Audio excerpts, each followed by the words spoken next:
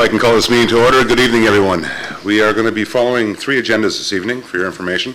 The first meeting is going to be the special meeting of council, which will be dealing with an application for zoning bylaw amendment. This is going to be coming from the Department of Planning and Development Services, report number 2012-59, and the subject will be a public hearing, a report for application for a rezoning bylaw amendment, file number D14-0412, 42 and 46 McCrae Avenue on the east side of the city.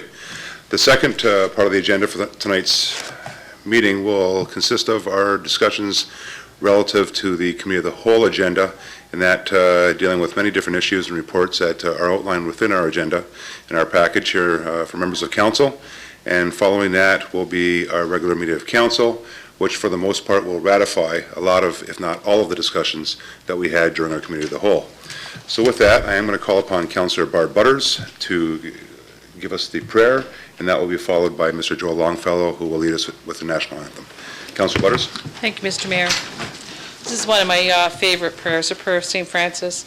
Lord, make me a channel of thy peace, that where there is hatred, I may bring love. Where there is wrong, I may bring the spirit of forgiveness. Where there is discord, I may bring harmony. Where there is error, I may bring truth. Where there is doubt, I may bring faith. Where there is despair, I may bring hope. That where there are shadows, I may bring light. That where there is sadness, I may bring joy. Lord, grant that I may seek rather to comfort than to be comforted, to understand than to be understood, to love than to be loved.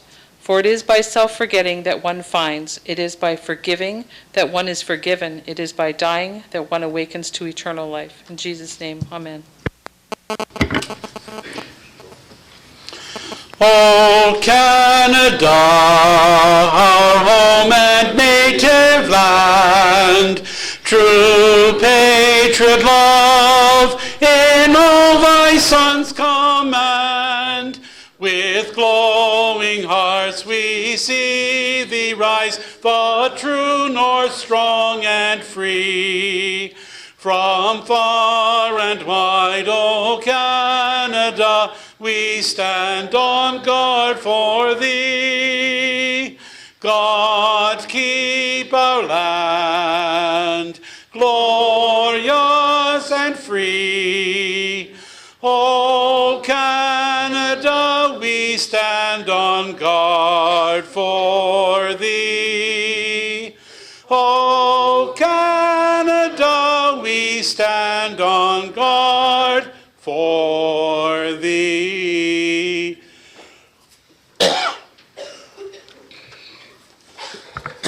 Thank you, Joel. Well done as always. Thank you, Mr. Mayor. My pleasure as always. Members of council, I'll need a motion to confirm the agenda, please. Councillor Bodner.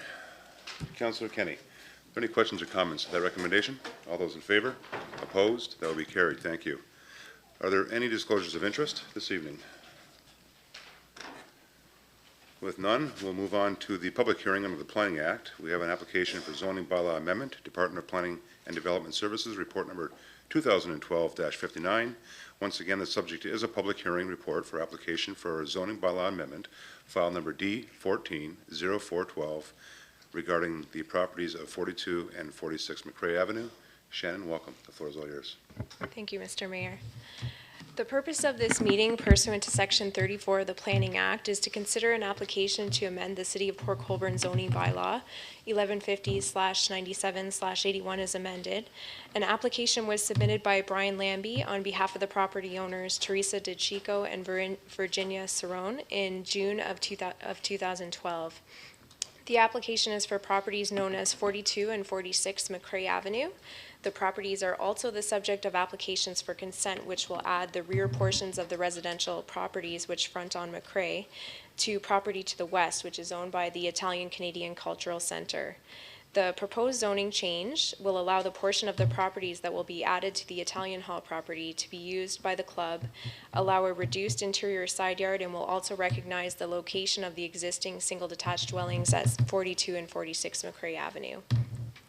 The notice of public meeting was administered in accordance with Section 34, subsections 12, 13, and 14 of the Planning Act as amended, and Section 3 of Ontario Regulation 545/06. The notice of public meeting was circulated to members of the public and review agencies, and 2 signs were posted on the properties by July 3rd, 2012. The procedure to be followed this evening will be to present Department of Planning and Development Report 2012-59, hear any comments from the applicant, receive questions of clarification from council to the applicant or planning staff, open the meeting to the public for comments and questions, announce the requirements under the Planning Act for written notice of passage of the proposed zoning bylaw amendment, and a brief explanation of future meetings regarding the application. At this time, I would like to present Planning and Development Public Hearing Report 2012-59. As indicated earlier, the proposed zoning bylaw amendment was initiated by Brian Lambie on behalf of Teresa DeChico and Virginia Cerrone for properties known as 42 and 46 McCrae Avenue. The property is shown as parcels 1 through 4 on the severance sketch, which is provided in Appendix B to the planning report. The property is also the subject of concurrent consent applications B02 and B03-12PC, which propose to add parcels 1 and 4 to the property to the west, owned by the Italian-Canadian Cultural Center.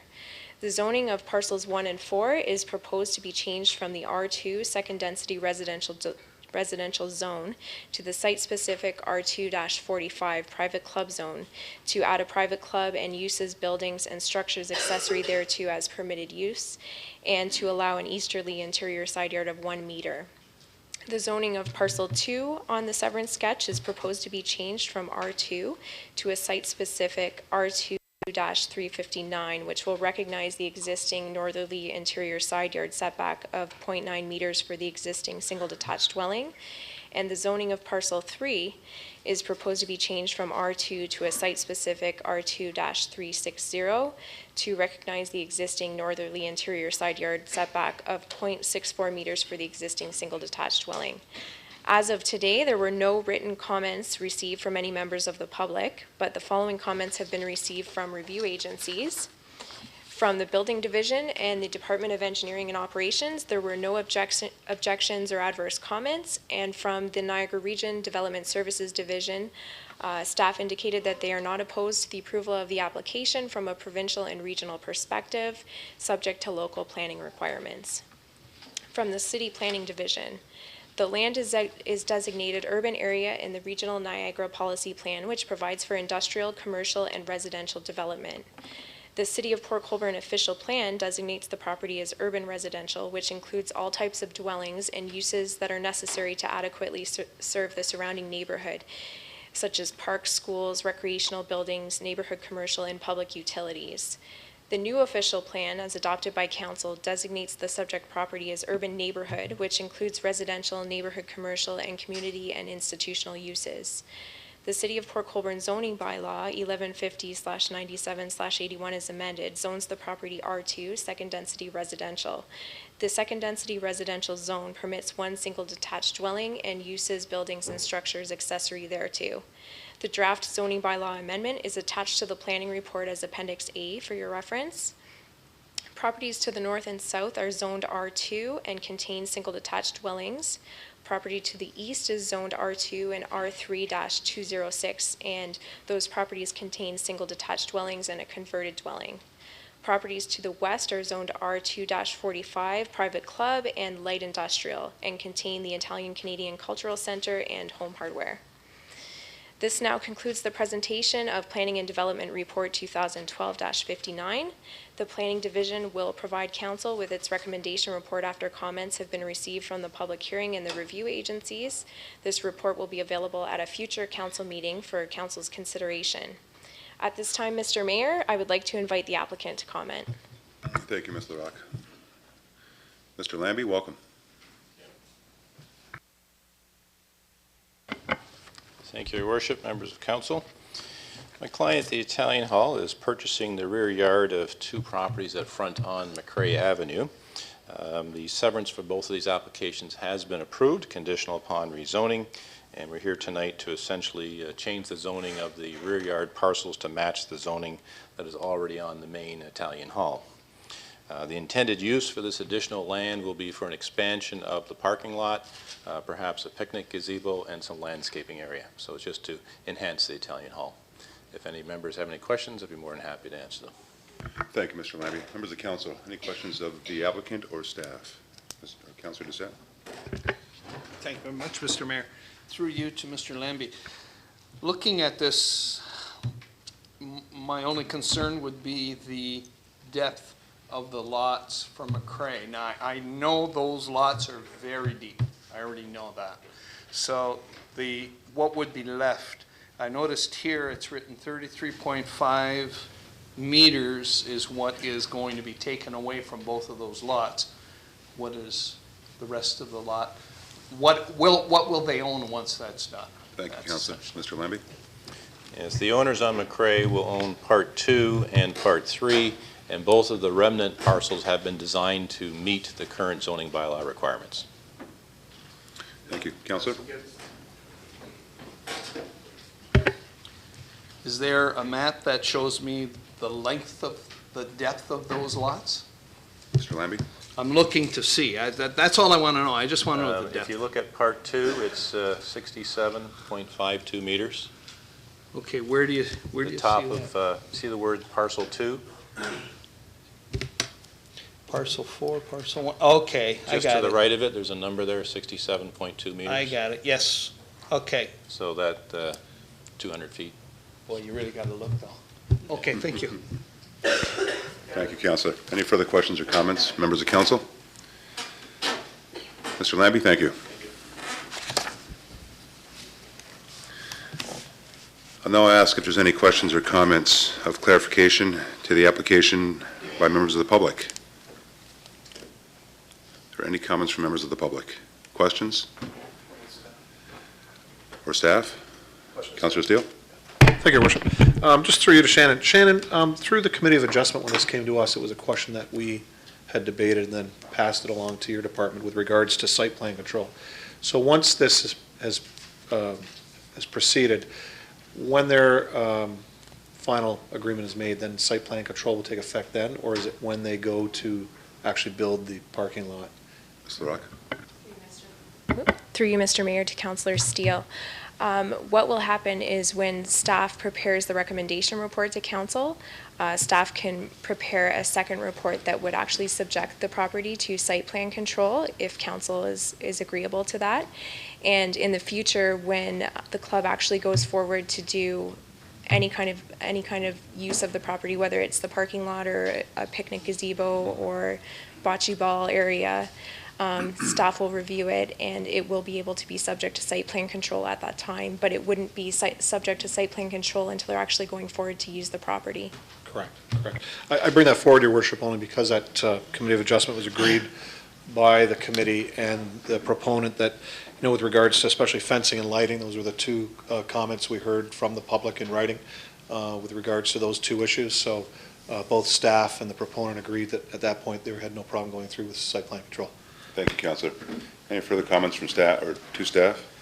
Questions? Members of the public, any questions or comments? With none, Ms. LaRocque? If a person or public body does not make oral submissions at a public meeting or make written submissions to the City of Port Colborne before the proposed zoning bylaw amendment is approved, the person or public body is not entitled to appeal the decision of the City of Port Colborne to the Ontario Municipal Board. If a person or public body does not make oral submissions at a public meeting or make written submissions to the City of Port Colborne before the proposed zoning bylaw amendment is approved, the person or public body may not be added as a party to the hearing of an appeal before the Ontario Municipal Board unless, in the opinion of the board, there are reasonable grounds to add the person or public body as a party. Any interested members of the public, if I might draw your attention to the back of the room, there is a sign-in sheet located on the table, and if you sign it, you will receive future notices regarding this application. And Mr. Mayor, do you want to just ask again if there's anyone that wishes to speak after I've given the required statements? I don't see any hands coming up, so I think you're good. Double checking. If you wish to be notified of the approval of the zoning bylaw amendment, you must make a written request to the clerk. Only those persons and public bodies that give the clerk a written request for the notice of the passing of a bylaw will be given notice. Again, the sign-in sheet is located at the back of the room. This concludes the public hearing under the Planning Act. The proposed zoning bylaw amendment will be placed on the agenda of a future council meeting for council's consideration. Thank you, Ms. LaRoque. Well done. Members of council, if I can have a motion to adjourn, please. Councillor Steele, Councillor Desmarais, questions or comments? All those in favor? Opposed? That would be carried. Once again, Shannon, thank you. Well done. We're now going to move on to the Committee of the Whole agenda. I'll first ask the clerk if she has any addendum items. Madam Clerk. Thank you, Mr. Mayor. There's two addendum items this evening. The first is the addition of a presentation to Richard O'Neill, the winner of the 2012 Spring Photography Competition. The second is that Councillor Steele has requested that item 1 regarding his notice of motion concerning an amendment to the city's alcohol management policy be withdrawn and presented at the August 13, 2012 council meeting. Thank you, Madam Clerk. Members of council, I need a motion to confirm the agenda, please. Councillor Desmarais, Councillor Doucette, questions or comments? All those in favor? Opposed? That would be carried. Thank you. Disclosures of interest? Any conflicts this evening? With none, we'll move on to items requiring a separate discussion this evening. Councillor Steele. Thank you, Your Worship. Item 8.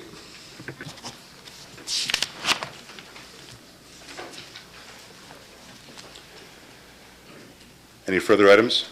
Councillor Kenny? No, Your Worship, but just the same item I'd like to speak to. Thanks.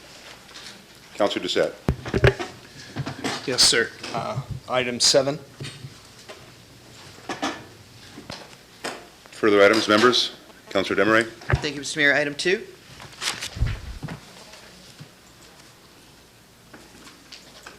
Further items, members?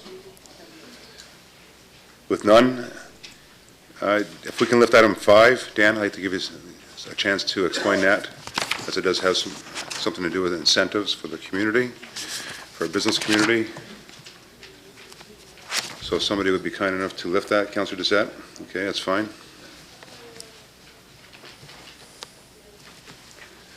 Any further items? With no further items, members, a motion to accept the remainder of the items. That won't require lifting. Councillor Bodner, Councillor Butters. Questions or comments to that? All those in favor? Opposed? That will be carried. Thank you. I do have, as noted by the clerk, one presentation this evening that I'll make at the podium, and that will be followed by 2 delegations that we're going to have before us, one by Ms. Nancy Selvage and the second by Mr. Doug Hart.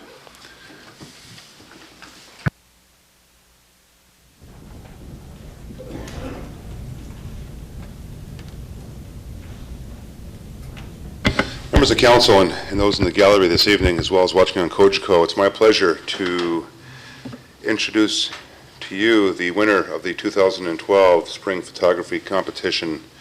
This individual has taken the time to go out with his camera and take a wonderful picture that reflects some of the beauty around our community, in particular one shot that he took that was chosen as the winner for the Spring Photography Contest. We are fortunate to have many that do take the time to go out with their cameras and take some pictures of the beauty that surrounds us here in the city of Port Colborne. And with that, we encourage it, and we have the contests in every season to, in fact, recognize those that do take part in these contests.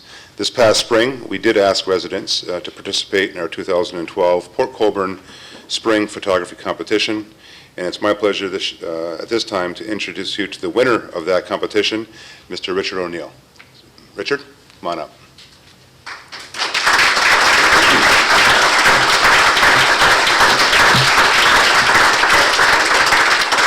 Ladies and gentlemen, Richard did capture a beautiful scene in this photograph that I'm going to show you of Lock 8. It's almost like you're standing right there looking at the actual sign that adorns the Lock 8 fountain. I am pleased to present Richard with this certificate in recognition of your achievement as winner of the Spring 2012 Photography Competition. And it's my pleasure and my privilege, actually, on behalf of members of City Council, but more so on behalf of the citizens of Port Colborne, to present to you, and not only congratulations, but also an appreciation for helping to celebrate the spring, the spirit of the spring season. For you folks that can see, this is the picture that he took of the Lock 8 Park. And as I said, when you see it up close, it's actually, you can actually feel it. It's like you're right there. So to Richard, congratulations, well done. Thank you very much. And we, again, appreciate the time that you took to in fact, take that picture. And as well, now you can put your camera down and pick up your fork. And as a sponsor of the competition, I do have a certificate here for at 27 Port Colborne, if not Niagara's best cuts of steak. Yeah, So yeah. by all means, go there and enjoy the evening. Excellent, thank you. Congratulations. Want to get a picture?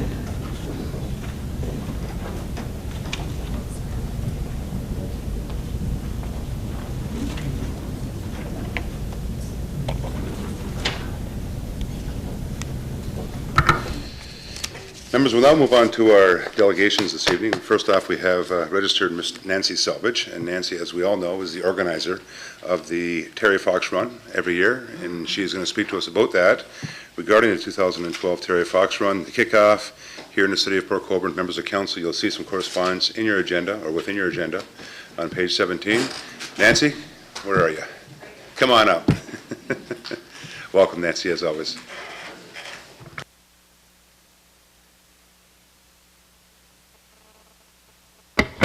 Thank you very much, Mayor Badaway, members of City Council. It's a pleasure for me to be back here again speaking to you about the Terry Fox Run and about the Terry Fox Foundation. As you said, I'm the organizer of the run here in Port Colborne. This is my 9th year, and it is truly an honor to be a part of this foundation. And as a matter of kicking off this season's, the 32nd annual Terry Fox Run, I wanted to come and give you some information, educate you a little bit about the Terry Fox Foundation, about our local run, and encouraging your participation. And I'll just say right off the bat, that also means that I'm looking at heads to shave.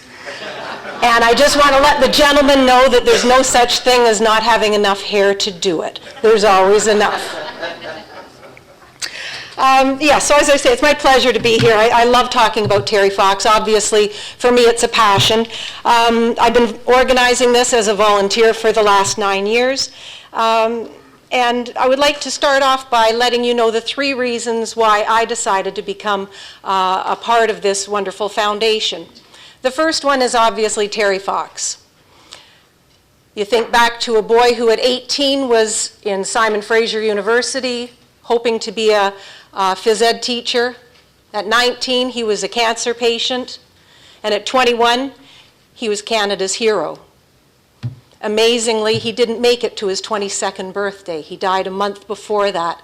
To think of what this young man accomplished in such a short period of time never ceases to amaze me.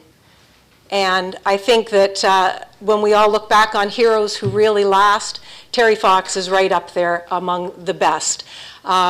This is a fellow who decided to do it not because he had cancer, but because of what he saw in the pediatric oncology unit, the children who were facing cancer treatments. He was put there because he was 18. He was kind of not a boy, not a man, right in between. So he did his recovery with a lot of kids. And he was in the hospital for 18 months. And during that time, he saw a lot of kids suffering. And this upset him greatly, and it upset him to find out how little money was going towards research. And that was when he made his decision that he was going to run across Canada, was going to raise money for all cancers. Why across Canada? That's something his mother wondered too when she finally found out what he was doing. Her suggestion was, why not run across BC, because that's where they were living. His response was, it's not just people in British Columbia that get cancer. You can't argue that. He went with a bare bones kind of approach. He had nothing. He had no money. He had no sponsors. That was his choice. So it was him, his best friend, his brother Daryl, a borrowed van, and in that van was where the 3 of them were going to be sleeping for the next few months. So imagine 3 grown men in a small van in 1977. So the reasons that he decided are very commendable, and it's also his determination to do it. The fact that he decided that he was going to run a marathon a day, that he was going to cross this beautiful country and make people aware that money needed to be raised for all cancers. To do a marathon a day for 143 days, astounding.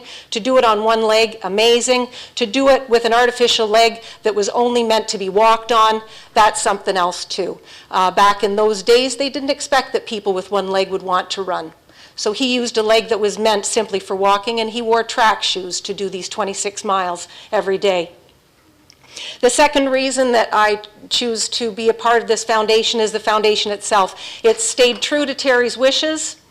It's a very grassroots, volunteer-driven organization, and to me that's very important. When you consider that over the last 32 years now, the foundation has raised over $600 million, it makes a big difference how much is going to administration. And I chose the Terry Fox Foundation because they're very volunteer-driven. Terry believed that people would want to do the right thing, that they didn't have to have bells and whistles, that they knew what needed to be done and that they would come out and do it. And as he famously said, if you've given $1, you're part of the Marathon of Hope. His vision has stayed true because, in no small part, the participation of his family in the foundation. His brother Daryl is now the national director and has been for quite some time of the foundation. And his sister Judy is the international director. Although it started here, it has grown. Last year, in the world, there were 25 countries that participated in the Terry Fox Run. Interesting as well, when you're talking about other countries that are involved, China became involved about 10 years ago. And the Terry Fox Run was the first run that the government had ever allowed in their country. They do not like to have groups of people coming together, and they didn't understand what this was all about. So the first year they allowed 25 people to participate, and 25 people came. The next year they bumped it up to 1,000, and 1,000 people came. After that, they decided to just let it be wide open. And since then, thousands of people participate in the Terry Fox Run every year. So his message continues to travel around the world every year. The third reason that I am such a fan of this is, as I mentioned, it raises money for all cancers, for research into all cancers. And as a nurse, that's important to me. Again, Terry didn't do this because of his particular type of cancer. There are, unfortunately, around 200 types of cancer that need research, and I can't imagine having to decide where I wanted to see my money go. So for me, it makes sense to donate to something that supports top-level Canadian research. And we are world leaders now in cancer research, again, in no small part to what Terry did for us. A little update now on our local run, on the Port Colborne Terry Fox Run. It's been in existence since 1985. Since then, it's raised just under $180,000 for cancer research. And as well, in the 6 years that we've been doing our head shave, we're coming up on our 6th year now of our annual head shave, we've raised over $30,000. So Port Colborne has a lot to be proud of. We are a good Terry Fox town. Our kids participate locally in their schools every year. And as I go around every year speaking to all the schools, I'm always amazed at how much the kids know. I think it kind of missed the generation in between before it became a national school day run. But now all of the kids are involved. They know who Terry is. And I'm always amused when I go to the schools that they'll tell me things that occasionally I didn't know. But it's a lot of fun sharing Terry. And every time I do, I'm telling people who didn't know about Terry, who didn't know certain facts about what Terry did. So it's reliving it all over again. So as I said, 6 years for the head shave. We're coming up to the 6th year for that. This year, September 16th, is the 32nd annual Terry Fox Run. As we've been doing for the last 10 years, it's going to be at Knoll Park. We have incorporated the head shave into it. It starts at 1:30 with our kickoff run at 2 o'clock. Mayor Badaway is always so gracious in coming and speaking to our group. And as most of you probably know, last year he even volunteered his head. I didn't have to ask him. He volunteered, and it's a good head of hair, and we really appreciated it. I always regretted that I didn't get Frank's head before he left council. Yeah, there's a head of hair. There's a head of hair. I tend to, as when it gets close to run time, I'm looking at people, but I'm really paying attention to their hair. So, but we appreciated your participation. You elevated the level, the awareness of our run. It's a challenge because Terry did not believe in sponsorship. He did not believe that other companies, businesses should benefit from the run, which is why the T-shirts never have any sponsors on the back, because there are no sponsors.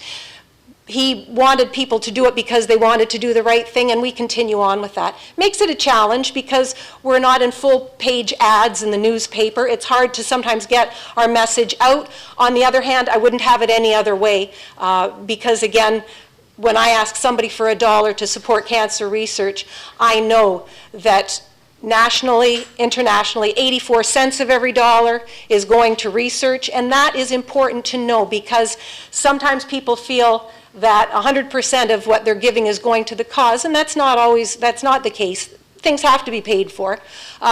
Very proud that in Ontario, because of the number of our run sites, that number is higher. It's close to 90 cents on the dollar. That's phenomenal. And again, as I said, $600 million in the last 32 years. It makes a difference where that money is going. So thank you very much, councillors, Mayor Badaway, for listening to me and for supporting the run. And again, heads.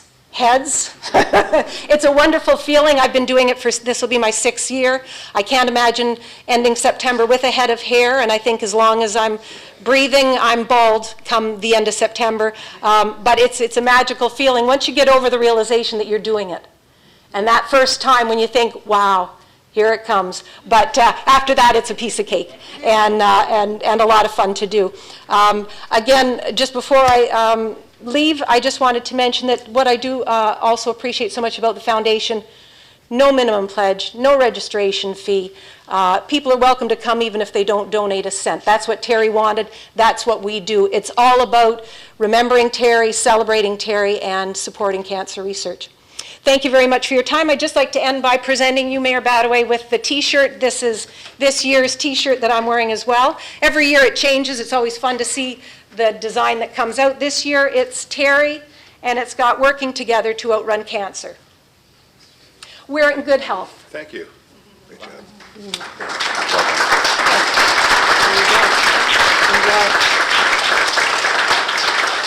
What? No scissors? No scissors. Not yet. Not yet. Not yet. Can I get a picture? Can I get a picture here? Oh, sure. We'll just step over there.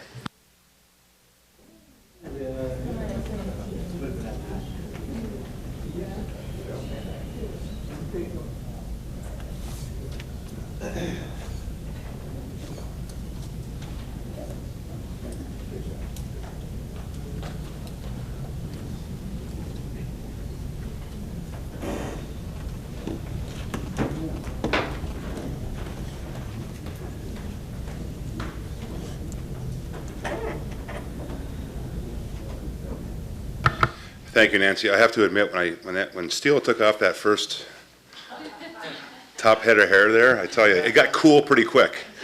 No, there's no turning back. No turning back. But I did realize I was in a shop one day working in the freezer, and realized quickly that your head gets very cold when you're in the cold with no hair. So, needless to say, I was wearing a toque a lot during those months of grow back. Thanks, Nancy, and great job. You've been involved in this for such a long time, and it's for such a great cause. And I think the biggest thing that you've accomplished, besides the obvious, is really the recognizing as well as introducing this entire initiative throughout the community. As you said, at one time it was very minimal, but I tell you, when you got the schools involved now and the kids at all ages, as well as the entire community, kudos to you and everyone that's involved. So well done. Great job.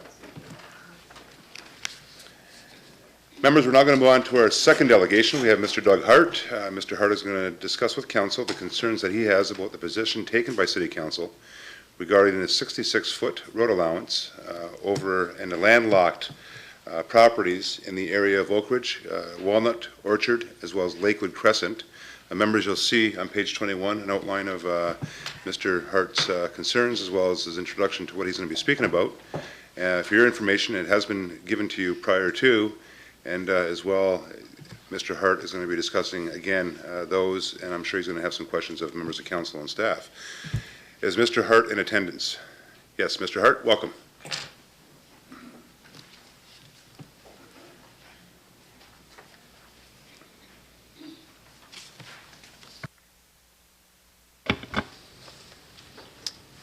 Mr. Mayor, it was nice to hear you say you've got a cool head. You're probably going to need it with me tonight.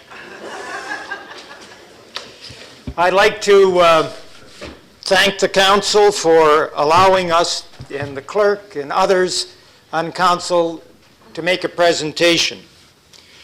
We circulated a petition in our area which reads, "We, the resident taxpayers and property owners of Walnut Street and Oak Ridge Crescent, wish to petition the City Council of Port Colborne to inform them of our concerns and demands concerning the changes that are proposed for our street.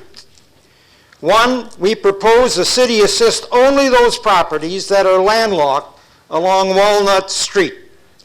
2, we are opposed to the city making any changes to the roads and properties. Leave all matters, road allowance, widths, and land titles in their existing conditions. 3, stop cutting down trees. The trees give our streets the character that is as nice as any place in Ontario and including BC. We love our trees. At this time, I'd like to call my neighbor and Delegate Kennedy to come forward.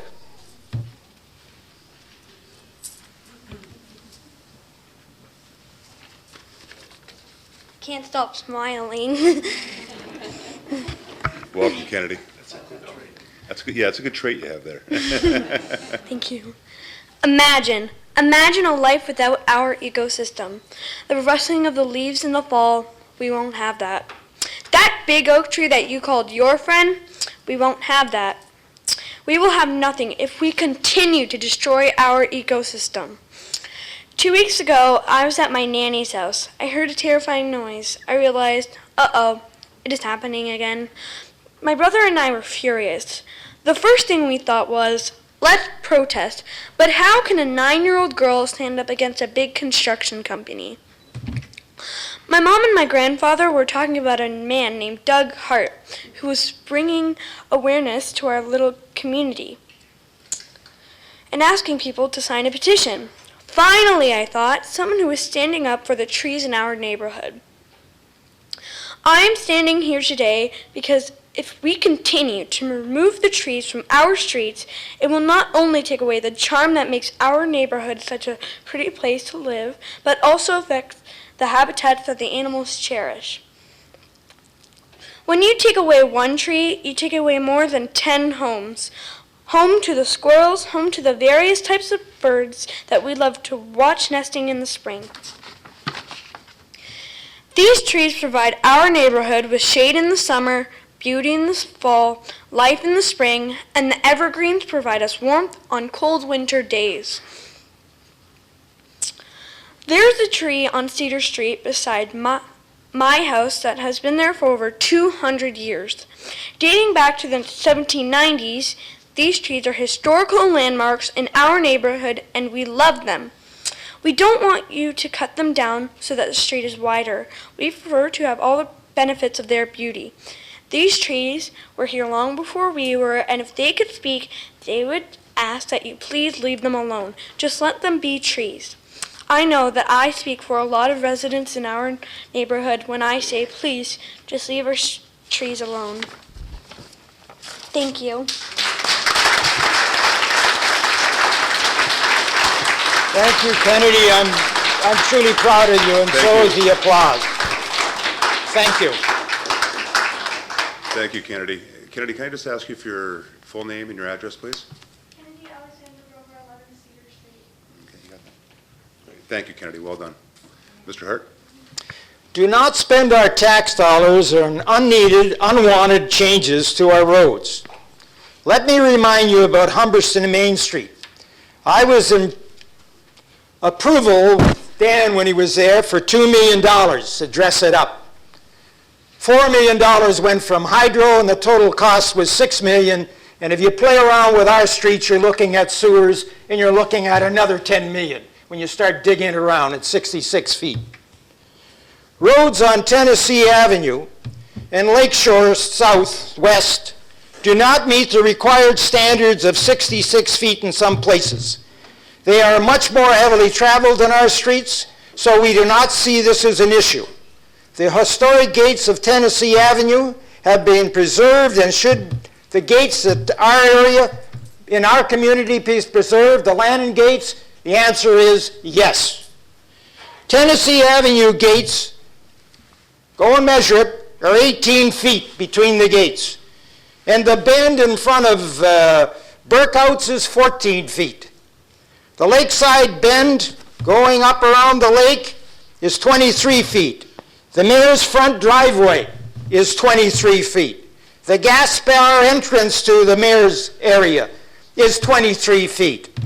Walnut Street entrance at Lakeshore is 74 feet. Oak Ridge entrance at Lakeshore is 44 feet. Orchard is 34 at the turn going on to Walnut. So it is at Oak Ridge, and everything else in the area is 23 feet. And by the way, Mr. Bodner, if you're listening, your entrance to your place is only 14 feet. That's on pavement. And I've measured everybody's.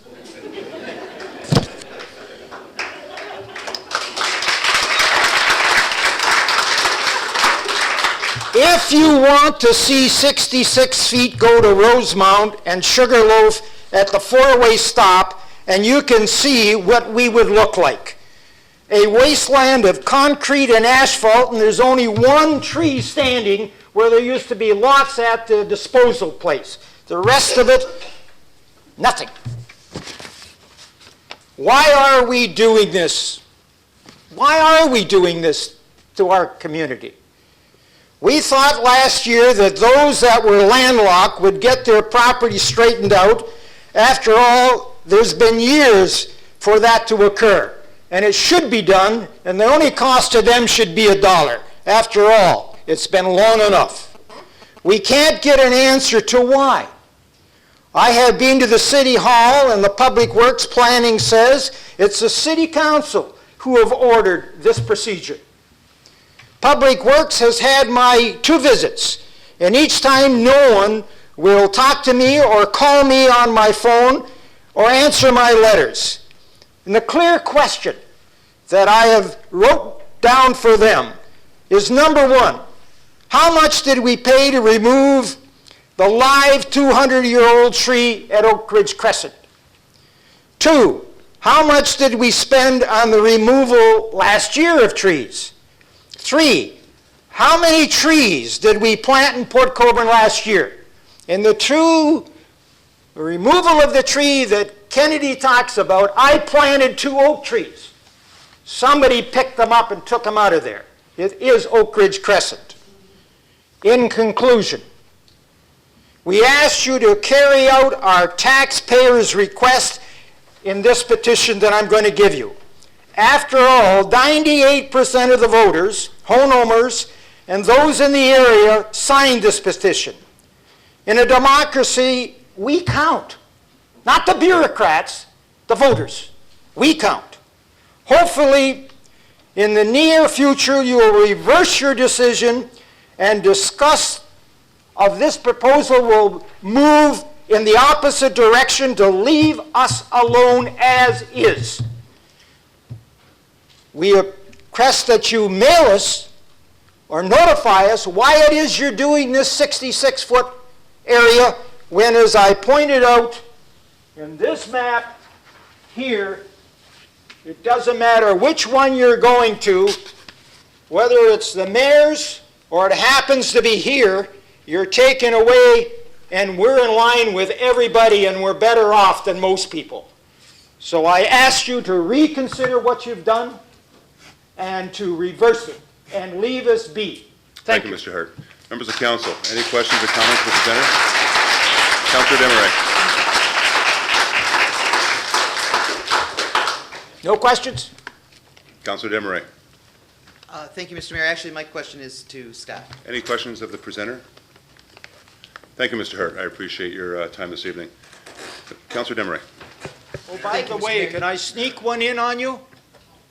If I may? Go ahead. This morning I got a real surprise.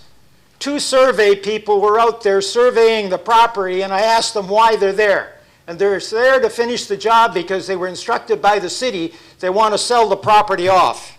Thank you, Mr. Hart. Councillor Demeray. Thank you, Mr. Mayor. Through you to staff, probably would be a really good idea to explain exactly what we are doing and answer the why question now so that it's all out there and everybody's clear, all on the same page. Thank you, Councillor. Mr.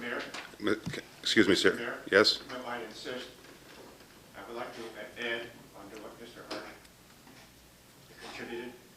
Okay, members of I council. feel I have a right to do this because I live in this area. That's fine. I'll ask members of council if they'll allow you to speak. Members of council, do I have a mover and seconder, please? Councillor Kenny, Councillor Butters. All in favor? Opposed? That'll be carried. Sir, if you want to come up, no problem. If you want to come to the podium, no problem. Come up to the podium, and if you just give your name and address, and you can make your presentation. My name is Richard Koth, KOTH. If you just want to press the gray button there, sir. Excuse me? If you just want to press the gray button there, Oh, and that way everybody can hear you. which one? This one? Yeah. You're good to go. Okay. Welcome. Right. Okay. My name is Richard Koth, K-O-T-H. I live in 33 Walnut Street, and I support what Mr. Hart is saying, but I support it in a different way, but it is associated with, really. Now, okay. This goes back 1 year. Mr. Aquilino said there are historic land title transactions in this area, created improper road allowance widths in the above roads like Walnut Street, where we are, Orchard Drive, and Oak Ridge Crescent, and in some instances access to them, et cetera, and so forth. I would like to meet individually with you. So I met with Mr. Aquilino, and in August of last year. Does everybody hear me? I'm sorry. Okay, thank you. At our meeting in your office in 2011, you asked that I respond to your discussion that took place in his office. He asked me to come to his office. It seems, here is, I am talking now on a letter. It seems that whenever a property on Walnut Street is affected by sale or new development, for example, the Leggett Estate, et cetera, and the result in a big ado with regard to titles, road allowances, et cetera. I can reasonably understand why, because everyone directly involved in these transactions want a satisfactory closure in order to avoid a legal uproar. But that's not my problem, that's their problem. In the meantime, it is presumptuous of the city, not you, Mr. Aquilino, I meant, that we should be drawn into this vague business, though indirectly. With regard to our property at 33 Walnut Street, where I live, and my wife, Mrs. Coates, and I were rather surprised to learn that there was a 16.5 foot width swath on town property, number 6 on the printout, that you said we could purchase at fair market value. Your words. I wonder what establishes FMV on unoccupied city property. We have no intention of purchasing this swath at any price, even at $1.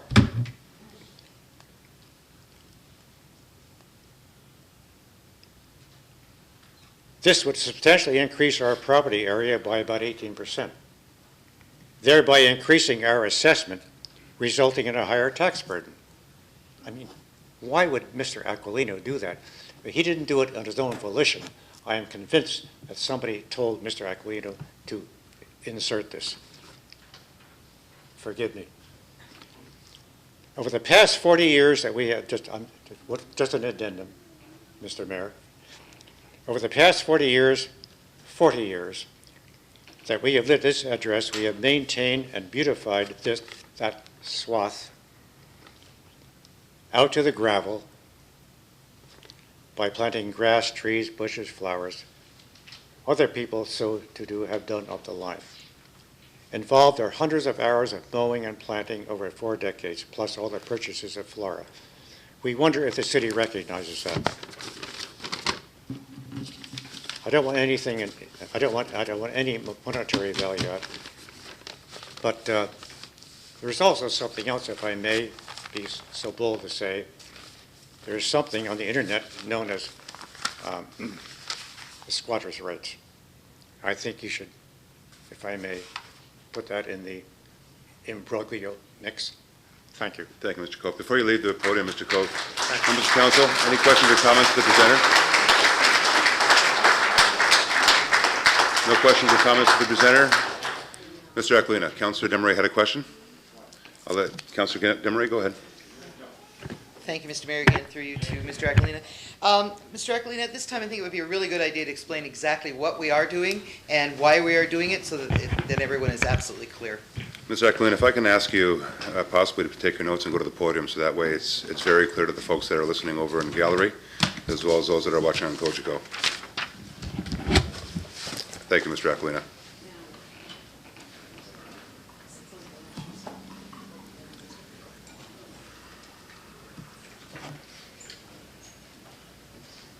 Ron, should I get his mic? Thank you, Mr. Mayor. Fortunately, Mr. Hart, after receiving the report, apparently did not understand what council had done back in 2011. It was a very detailed report following up on a previous report that was for council's information.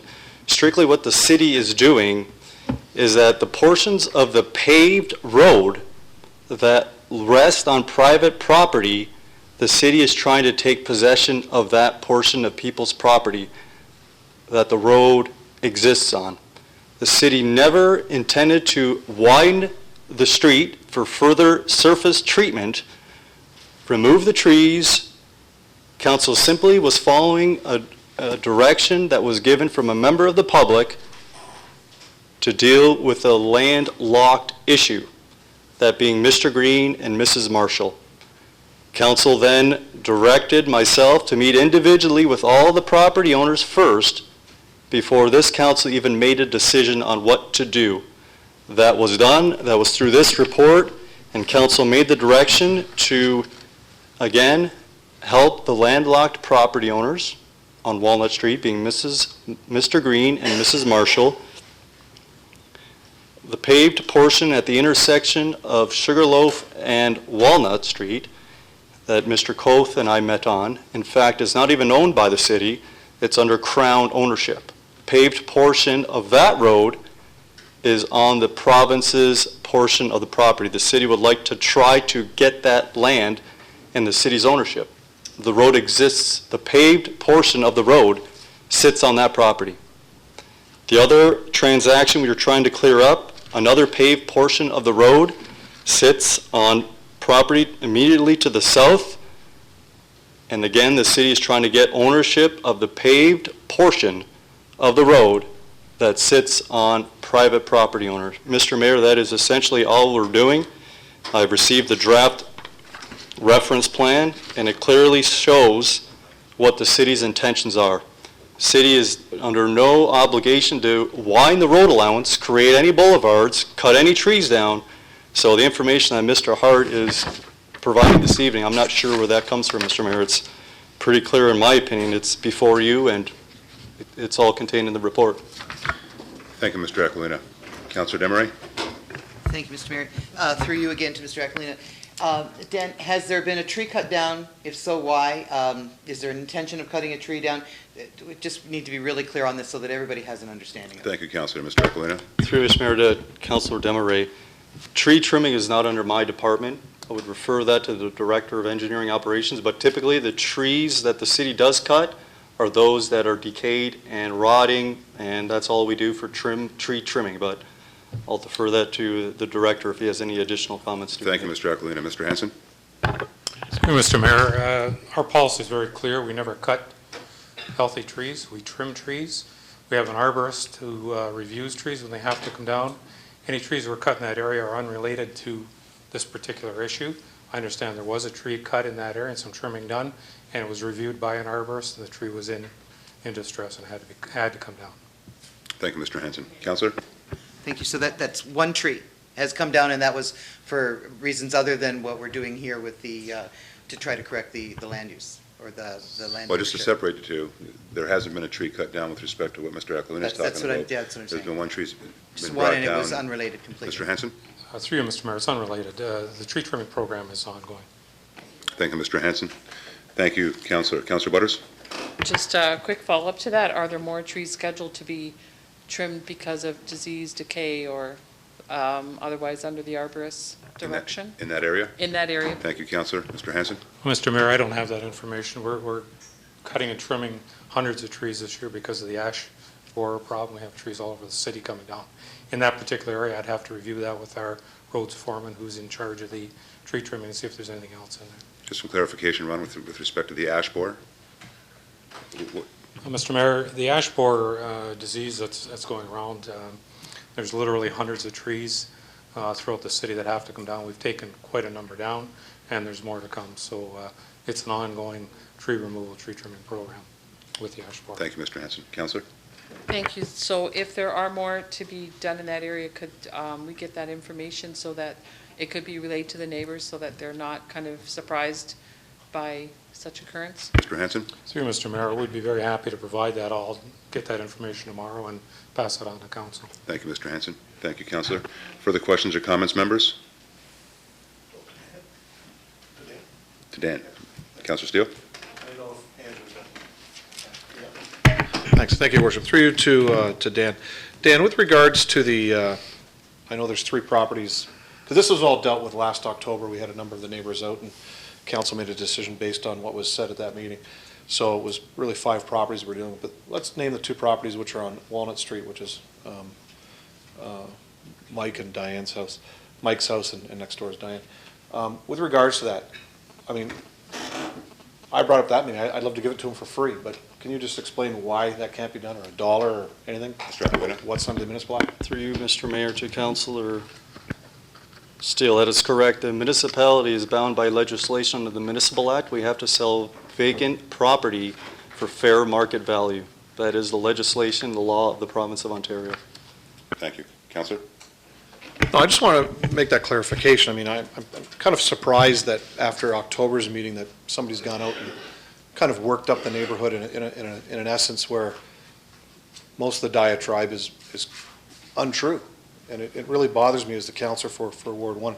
It's unfortunate David's not here because we've actually discussed this in the past, but I had several calls from other members of the public that live in that neighborhood that were at that last meeting, that were here, that spoke, that were satisfied with the decision that council made. It did come down to 5 properties.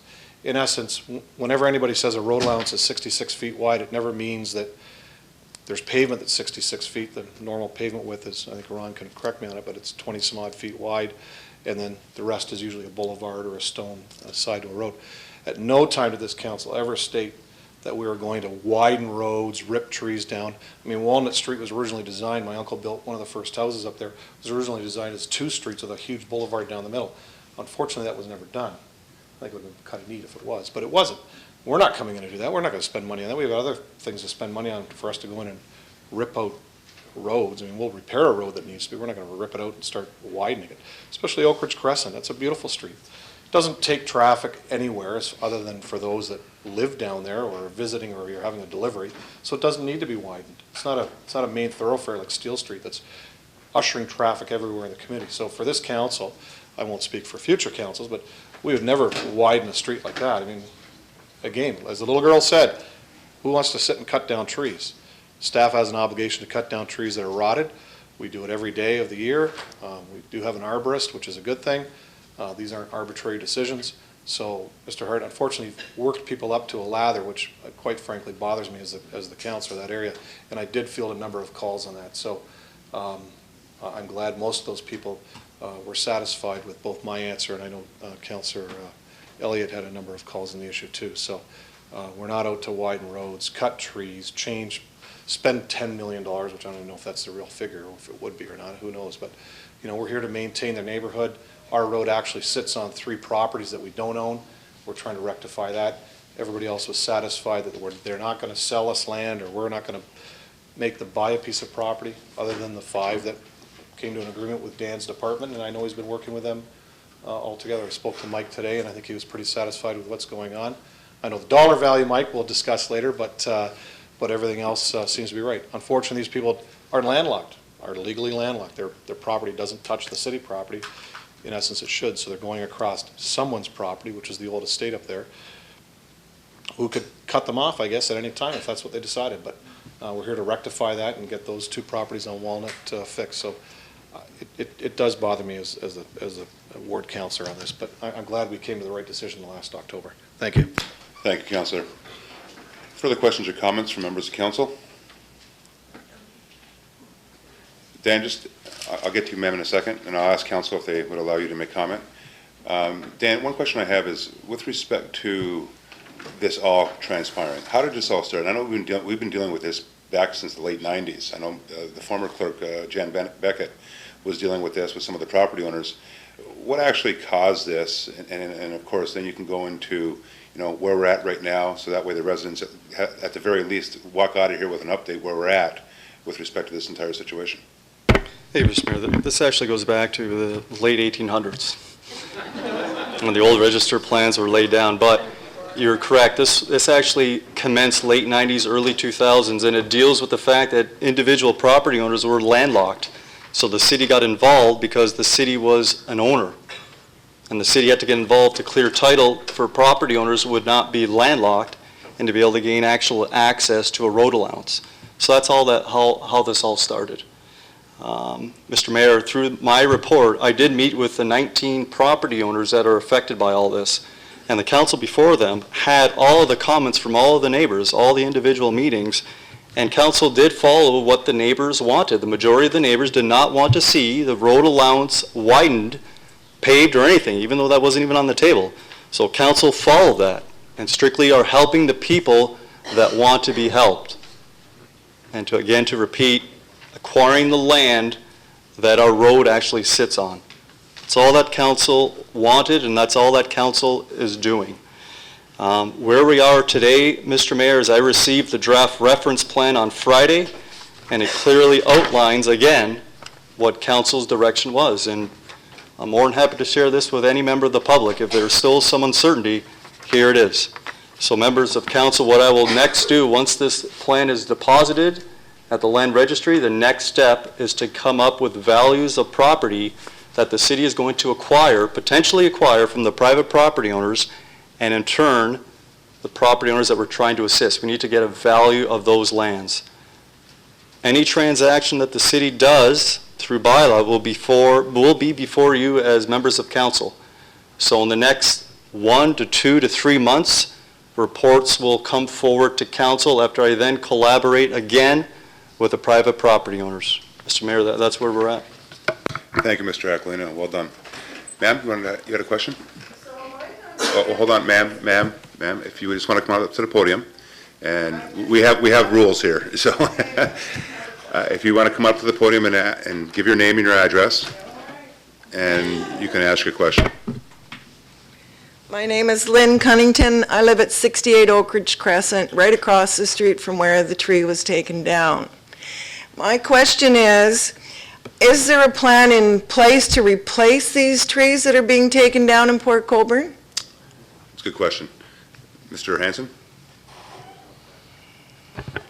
Mr. Mayor, there is a policy that was passed a couple of years ago by council, and we try to replace trees as they are removed, but with the number that are coming down in the past couple of years, especially with the ash trees, that is not feasible as far as cost. We can try to replace trees, and we've been working with private property owners where we've taken trees down and encouraging people, and we have through our environmental advisory committee, we have a tree replacement program, and people can actually get assistance in getting trees. So we have our program. We try to do replacements as the budgets allow, and property owners can also get assistance with the environmental advisory committee for supplementing trees as well. So there are policies in place, and they can be replaced again. Thank you, Mr. Hanson. Thank you. Thank you, Ms. Any further questions or comments to Mr. Aquilina? Councillor Doucette. Thank you very much, Mr. Mayor. There appears to be a concern over the surveyors that are roaming around, and maybe Mr. Aquilina, through you, sir, can advise us as to who the surveyors are, and if we have something to do with them, or are they private surveyors? It would be interesting to find out. Mr. Aquilina. Through you, Mr. Mayor, the surveyors are the LaRock Group. They're Ontario land surveyors with the province of Ontario. Okay. Are they the cities? Mr. Aquilina. Through you, Mr. Mayor, they are under retention with the city of Port Colborne to complete this transaction that was before council last year. Great. Thank you, Mr. Aquilina. Members of council, further questions or comments? With none, thank you, Mr. Aquilina. I appreciate that. Mr. Hart, thank you very much for your presentation, and I guess we all did have a cool head. There's no point of order. Thank you. No, you had your chance to have him make a presentation. You did that. May I suggest that when the report does come to council, you'll have every opportunity to read that report, and you can make a presentation based on the recommendations contained within that report. And once again, I appreciate your time tonight, and I look forward to your return to the chamber. Members of council, with that, we'll move on to now my report. I do have a report. Thank you also to the residents of the area for coming out this evening. I truly appreciate it.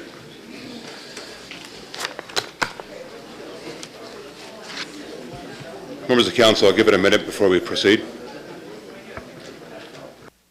Members of council, I'll now proceed with the meeting, and I do appreciate your patience, especially those that are waiting in the gallery. I know we have especially 2 items, so I'm going to keep my report very brief. Members, at our last meeting of council, I had the opportunity and the privilege to highlight a report that I had brought before regional council with respect to the Gateway Economic Zone and Center, that report being Integrated Community Planning Report 60-2012. And I think since then, members of council, I did forward you a copy of that report. As mentioned at that last meeting, this report highlights Niagara's new economy and economic strategy for the region of Niagara, in particular, members highlighting the strengths of the city of Port Colborne, which align and further contributes to the region's overall economic development strategy. As part of the overall strategy, I had mentioned to you that Niagara will establish, the region will establish, community improvement plans, CIPs, enabling a menu of incentives, which in fact will augment local municipal incentive, or CIP, community improvement plan incentives, and provincial and federal programs that both we, as well as the province and federal government levels of government, are continuing to establish. The Integrated Community Planning Report 73-2012, establishing the Gateway Economic Center as well as Zone Community Improvement Plan, CIP, was in fact endorsed by committee last week and will now be circulated to the cities of Niagara Falls, Port Colborne, Fort Erie, Thorold, and Welland for comment. Mr. Aquilina, if you haven't got it already, it's on its way. And of course, I would expect that Mr. Aquilina is then going to bring a report to council and make comment on ICP 73-2012. With respect to Port Colborne, our own community here, it will augment the suite of incentive programs that we currently have in place through our industrial, our brownfield, and our waterfront community improvement plans. In turn, this will offer an extensive suite of incentives for business retainment, expansion, and growth. Members will note Planning and Development Services Report 2012-58 on this evening's agenda. And this report is just one example, or but one example, of a menu of incentives available within the city of Port Colborne. Add on to that, or compound that with the menu of incentives that will be offered at the regional level as well. Members of council, I do ask you for one offering this evening. As a member of council also, I do want to suggest this evening that City Council direct staff to return with a report that outlines to the region our city's desire to align all local incentive programs with the region to therefore have continuity with respect to incentives. And what I'm getting at there, members of council, is when we do have investors that come in, and we do it daily, that come in, it's nice to offer them a menu of incentives at the local level. It would be even more important for them to recognize that they have the same incentives that they can stack at the regional level, because a lot of times we'll stack those incentives at the provincial and federal level. So I think that continuity, that consistency has to be there, so that therefore the customer not only recognizes those incentives at the local level, but also at the regional and possibly the provincial and federal levels as well. As well, members, at our last meeting, I did inform you that I will be presenting to Regional Council a notice of motion with respect to a region-wide transit system. That notice of motion will be coming forward on Thursday, and I did want to give you a heads up in terms of what that motion is going to read. It's very simple, and it states that while continuing with the intermunicipal pilot project, the Transportation Strategy Steering Committee, which includes municipal representation, and I believe that includes Councillor Bodner, as well as Councillor Barrick, and I think Councillor Steele, you sit on that committee too as well? The Transportation Committee? No. No? I know Councillor Bodner does. It includes municipal representation from across the region, that they initiate a process of facilitating the implementation of a regional transit system. That this regional transit system process includes dialogue with the City of St. Catharines Transit Commission, the City of Niagara Falls, as well as the City of Welland Transit Commissions, the feeder systems in the town of Fort Erie, here in the City of Colborne, as well as the town of Niagara-on-the-Lake, as well as from the private sector in determining the players and framework for a regional transit system. And that a report and recommendation come forth to Public Works Committee, as well as Regional Council, by the spring of 2013.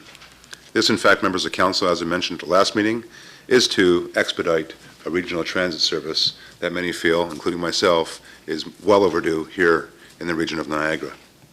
And finally, members of council, members of the Regional Public Works Committee were given an opportunity, an update actually, from the Ministry of Transportation last week with respect to the Niagara GTA corridor environmental assessment process that is currently underway. And I have to say that it's extremely unfortunate that the ministry continues to recommend, as an option through this EA process, expanding the QEW within the east, the central, and the west corridors, and that east being Niagara, the central being between Niagara and Hamilton, and the west, which is Hamilton to Halton areas, expanding those corridors to 10 lanes. This recommendation literally dumps further congestion into West Niagara, Hamilton, and the Burlington area, and therefore continues to be met with a great deal of concern within those individual jurisdictions, as well as those concerned about a negative impact and effect on the escarpment. Members, in my opinion, and I share, many share this opinion, consensus can in fact be reached. And Ron, you'll recall with your time with transportation, and even to today, the consensus that's needed, especially including those in the Burlington-Halton area, because quite frankly, a lot of concern is being raised from those particular areas. And I believe that consensus can be reached, including not only Halton, but also Hamilton, Niagara, if they, the MTO, choose to focus the new trade corridor mid-Niagara Peninsula, traveling west through Niagara to south of Monroe Airport in the city of Hamilton, in the Highway 6 area, to be exact. I'm not saying on Highway 6, but I'm saying in that area, to Highway 403 and ultimately connecting to the 401 and 407 ETR. Therefore, we have asked Regional Council to request the Ministry of Transportation accelerate Phase 2 of the environmental assessment for the Niagara to GTA corridor, and that the east area potential corridors south of Netherby Road and the use of Town Line Road be supported. That staff be directed, that regional staff be directed to request that the Ministry of Transportation accelerate placement of a highway designation on the proposed corridor, and that the regional chair immediately convene a meeting of municipal leaders between Niagara, Hamilton, and Halton in an attempt to reach consensus on a preferred route and communicate same to the province of Ontario.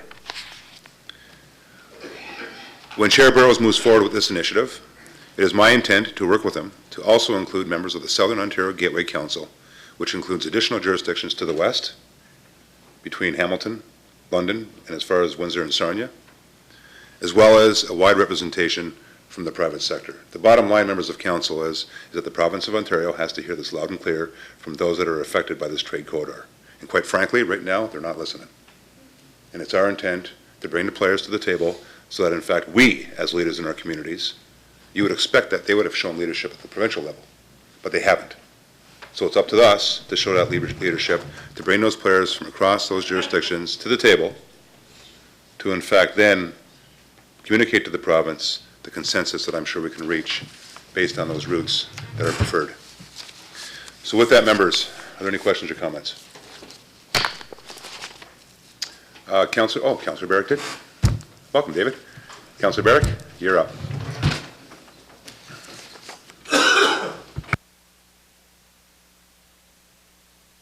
You snuck in on me.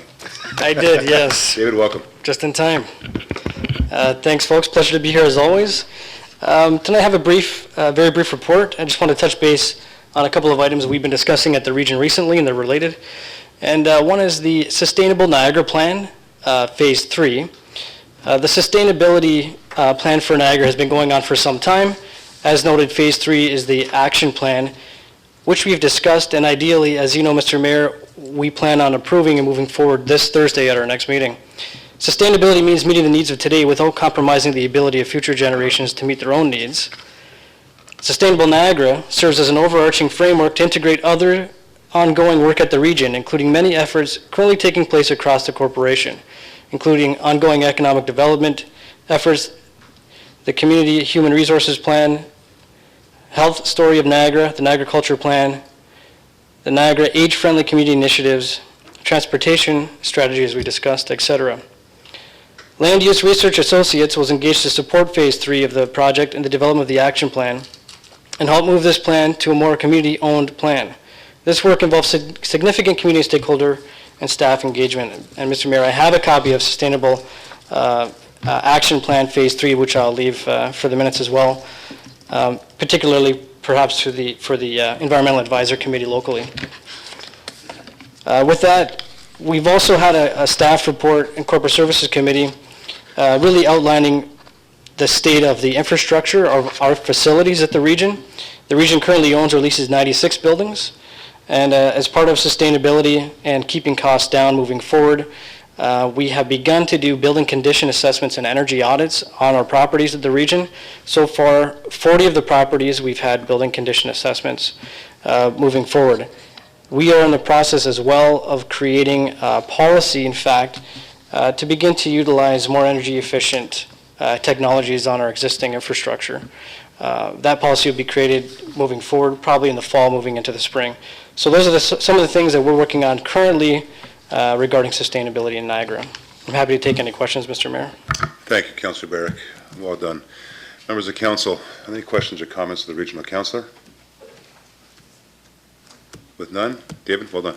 Great job. Members of Council, we're now going to move on to Councillor's items. Excuse me, new business. Councillor Bodner?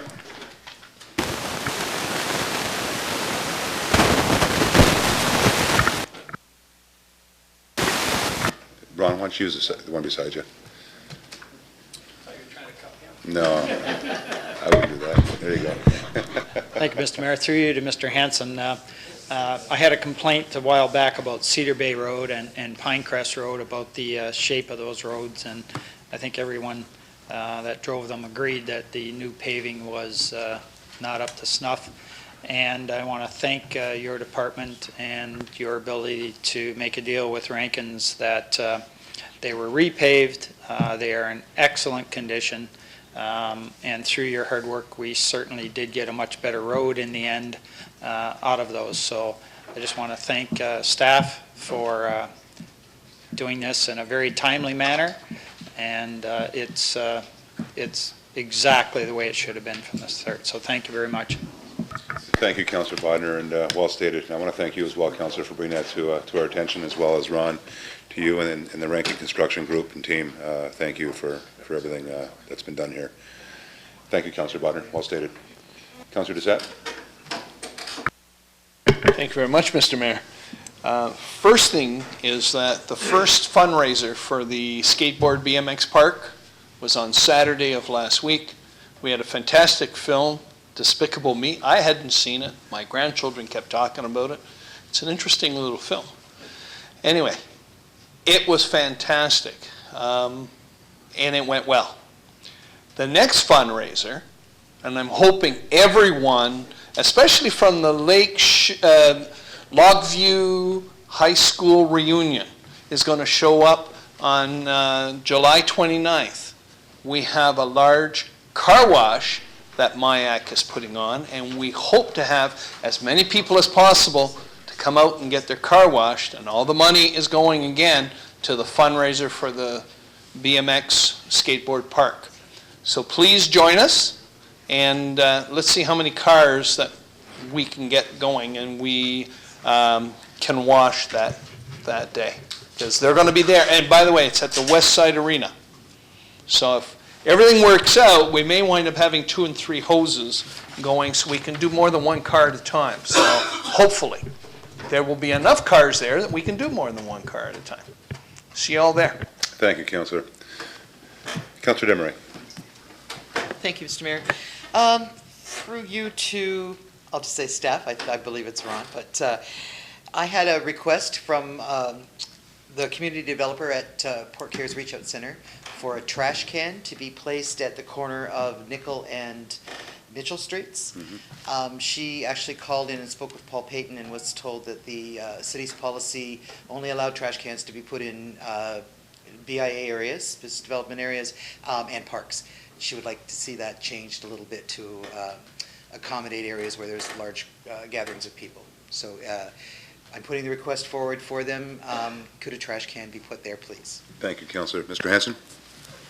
Through you, Mr. Mayor, we'd be happy to take a look at that, Councillor Demeray, and I'll get back to you right away on that. Thank you, Mr. Hanson. Thank you, Councillor. Further new business, Councillors' items, members? With none, we'll now move on to the adoption of the minutes. I do have a set of minutes here, the 17th meeting regular of Committee of the Whole, dated July 9, 2012. Have a mover and seconder, please. Councillor Steele, Councillor Doucette. Any questions or comments? All those in favor? Opposed? That would be carried. Thank you. We are now going to move on to consideration of the items that were in fact lifted, members, and if you'd allow me, I'm going to jump around here a bit because I know there's folks here that don't want to sit here all night, unless you guys want to sit here all night and listen to all the, no? So we're going to start off with number 8. We're going to start off with number 8. Now, I do have members of council before the report. I'm going to allow the report to be put on the table. I have 2 requests from actually more than 2, but I'll say 2 groups of delegations that would like to speak. I have them before me, and I will ask council for leave because both weren't listed as delegations on the agenda, but I did receive requests, so I'm going to ask council for a leave for those delegations to present. So first off, if I can have someone put the report on the table. Councillor Steele. Thank you, Your Worship. Department of Planning and Development Report number 2012-52, subject parking controlled devices. The following delegations: Gary Talasi and Mike Hopper, members of the Downtown Port Colborne Business Improvement Area Board of Management, may be in attendance to speak regarding the above report. Okay. Can I have you actually put the recommendation on the table too? Or are you intending on changing that? Okay, why don't you put the recommendation on the table? I know it's lengthy. Okay. I just thought that's why the clerk changed all this, we didn't have to do that, but that's fine. That this matter be deferred to the 2013 fiscal year and that there be no changes to the current status unless the Business Improvement Area BIA are prepared to pick up the cost of signage and bagging meters, unknown cost at this time. Staff strongly recommend removal of the meter heads rather than bagging, plus the loss of revenue estimated to be at least $10,000 for the balance of 2012, plus 65% loss of revenue for fines attributed to parking meter violations estimated at $3,000, 9,000 annual times 1/2 loss times 65% attributed to downtown meter violations. 2, that the downtown BIA streets be regulated for a maximum 2-hour parking and appropriately signed for 2013. 3, that the meter heads be removed for 2013 and maintained intact for potential reinstallation at the end of 2013 if the test of free parking fails. 4, that enforcement of the 2-hour time violation be on a complaint basis. 5, that staff be directed to discuss parking enforcement with the contract company with a view to possibly reduce costs dependent upon the number of complaints received. And 6, that council increase the tax levy by approximately 0.2% during the 2013 budget deliberations for the loss of revenue, plus 0.2% for sign installation and meter removal and storage for a total tax increase of 0.4%. Thank you, Councillor. Do I have a seconder to that recommendation, please? Councillor Kenny. Before I go to council, I did have two requests today from individuals that wanted to speak on this report. The first request I received early on this morning was from Ms. Mickey Main to speak on this topic. And the second request, and it was confirmed this evening, that the BIA and Chamber of Commerce would like to make a presentation on this report. That would be including Mr. Mike Hopper, Bob Porter, Gary Talassi, Rosemary Poussin, Anthony Spiteri, and Patty Sterling. And I'm assuming you guys will be making that presentation together? Individually. Okay, so I'm going to ask members of council if I can, you move that, Councillor Steele? Do I have a seconder? Councillor Desmarais? All those in favor? Opposed? That would be carried. So I will ask Ms. Main, if you want to come on up and make a presentation, and I'll follow in that order. Go ahead. Could you just remind us what the time limits are for the people speaking? 10 minutes 10 minutes, per person. thank you. Thank you, Councillor. Ms. Main, welcome. Thank you very much, Mayor Badaway and members of council, for allowing me to speak tonight. Am I doing this right? I just have one difficulty because I am a member of the BIA, and unfortunately, I do not know what the BIA is proposing tonight. So it's difficult for me to make a presentation. I might be talking about something that they're not proposing. And so I was wondering if I could listen to what they have to say. Perhaps I won't even have to make a presentation.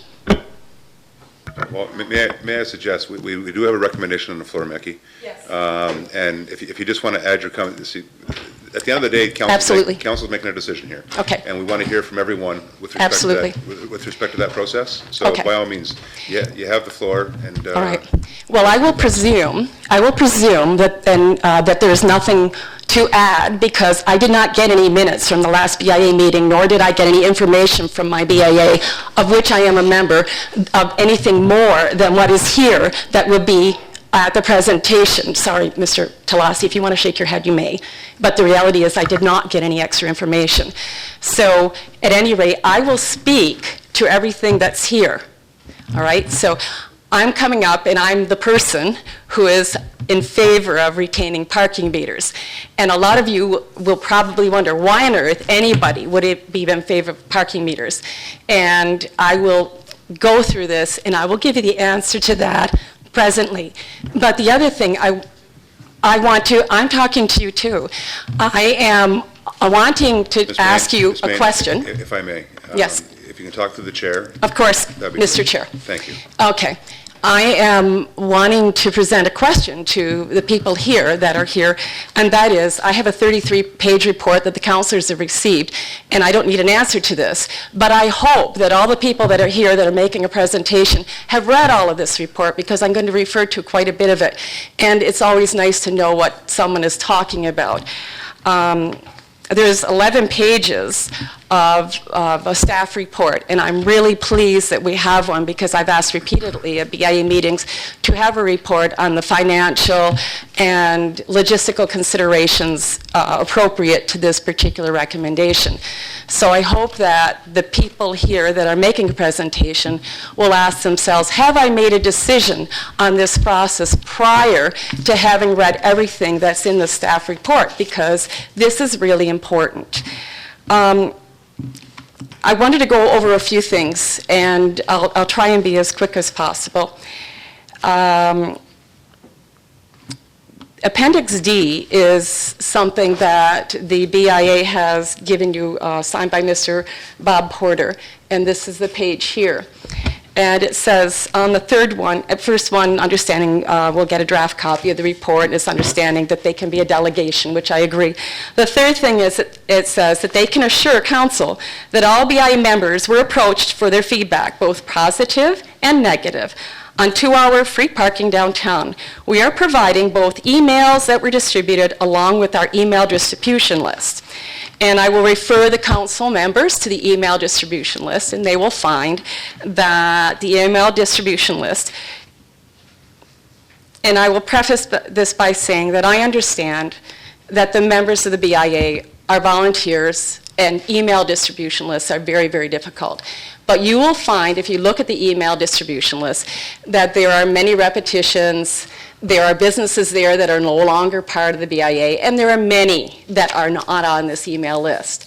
So the assertion that every member of the BIA might be a little strong. I would say that they've made every effort to contact everybody, but this email list is not totally, it doesn't get every member of the BIA.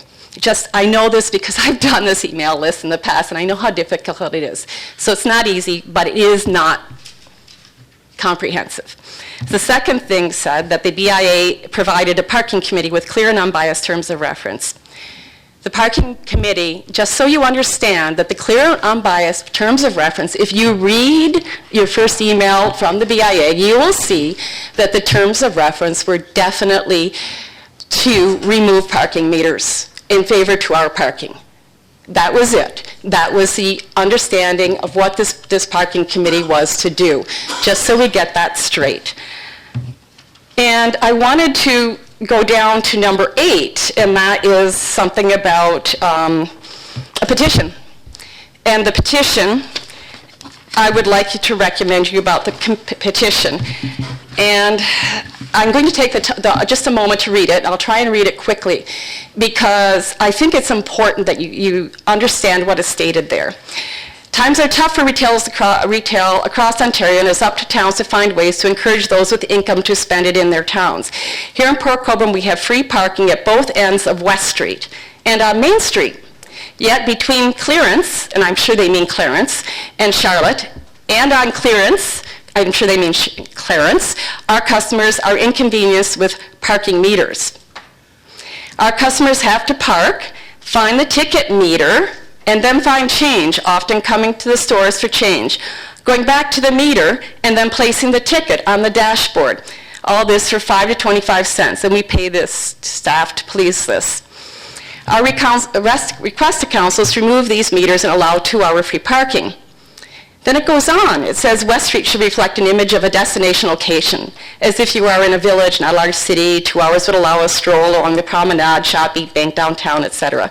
I'm not going to read everything, but a little bit further on it talks about a $40 ticket to penalize those for parking too long, and so on and so forth, a tight economy, and so on and so forth. Oh, it says here, instead of revenue neutral, parking would be then free for those who don't abuse the system and would generate revenue instead of revenue neutral for those who take advantage of the town's courtesy. The reality is, when I read this, it really is talking about a pay and display on West Street and not parking meters.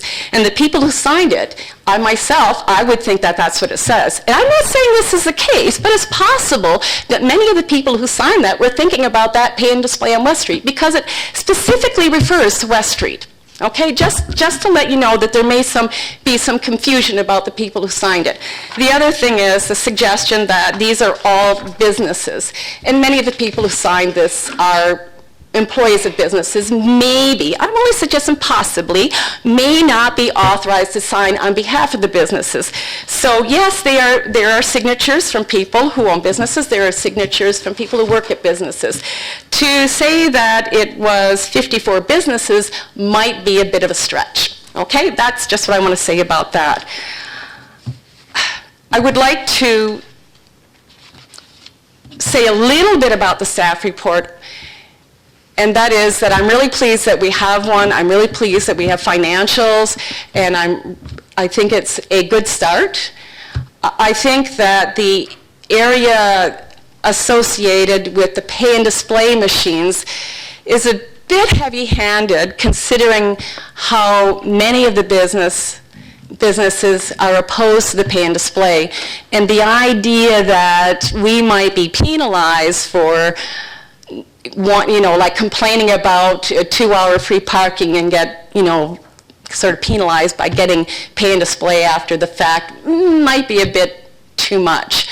But there are some questions I have about it. But the thing is that the reality is that the parking committee did not address or look at all these issues before they made the recommendation. And so that's that's one of the things that I would like to suggest to the committee members and to council, that perhaps this has not been seriously considered. Now, I'd like to go back to the question about why I would be here and in favor of parking meters. Mickey, just if I Yes. can interject, I apologize. Am I your time? 1 minute. Okay, I'll be really quick then. First of all, I'm in favor of parking meters because I do not want to see taxes go up. I am not in favor of parking meter prices going up. The parking meters already pay for themselves, and that's it. The reason why I like parking meters is because I believe in enforcement, and I believe enforcement keeps our parking, on-street parking, to be short-term, high turnover. I hope that that is retained. On the other hand, I want to thank the BIA committee for not including the 15-minute parking. I think that I asked for that, and I thank council for not including that. I think that would be penalizing the businesses that are on the corner and their surrounding businesses, and I'm thankful for that. If there's to be a trial period, I hope it's short, and I really do hope that there is clear and measurable guidelines as to whether or not it worked. And also, I wish that we were all here in order to get more parking downtown, because I really think that's the issue. And I know I've spoken to it many times at BI meetings, and I know I've spoken it to you, Mr. Mayor. We do need more parking, and that, I believe, is the issue, not the parking meters. Thank you, Ms. Main. Members of council, any questions or comments to the presenter? With none, Mickey, thank you. Appreciate your time this evening. We'll now move on to the order of delegates. We next have Mr. Hopper, Mike Hopper. Mike, welcome. Thank you.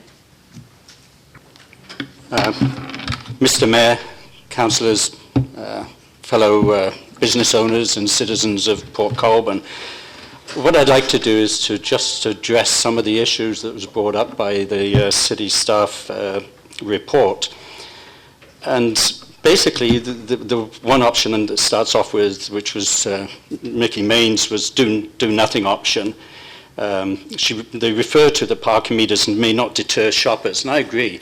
You know, when you have to put a quarter in a shopping meter, maybe it's not a big deterrent, but to find change to put a quarter in a meter is a deterrent.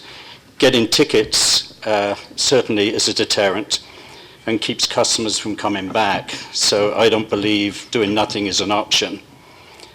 Status quo always starts getting you going backwards, not forwards. Option one, pay and display machines. These were designed for parking lots, not street parking.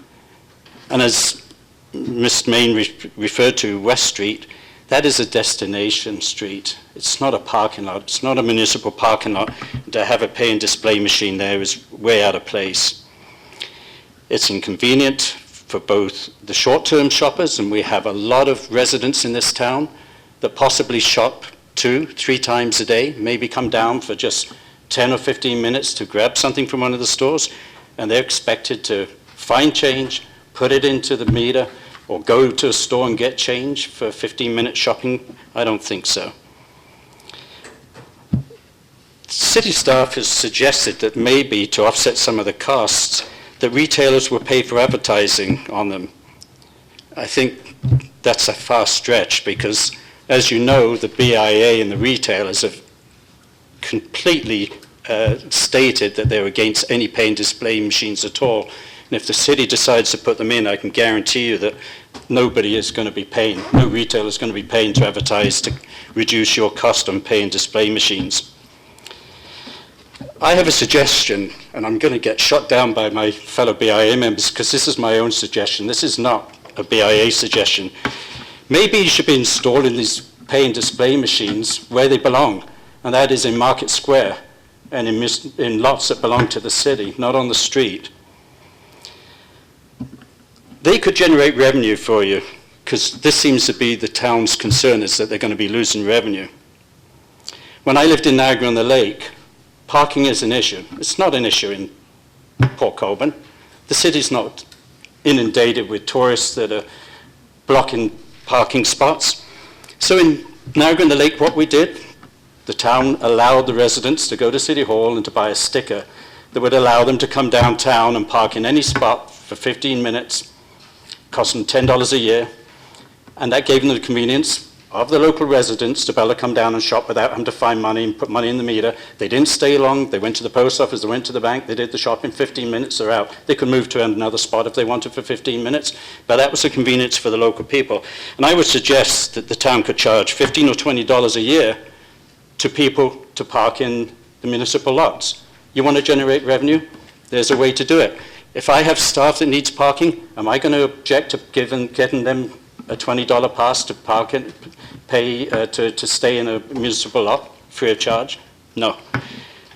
When it's tourists coming in, if they want to stay there all day, charge $2 for parking the whole day. Let them get a ticket and stay in the municipal lot for $2.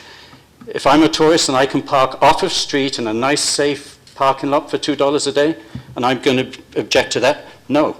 And here you are, you're offsetting the revenue that you've lost.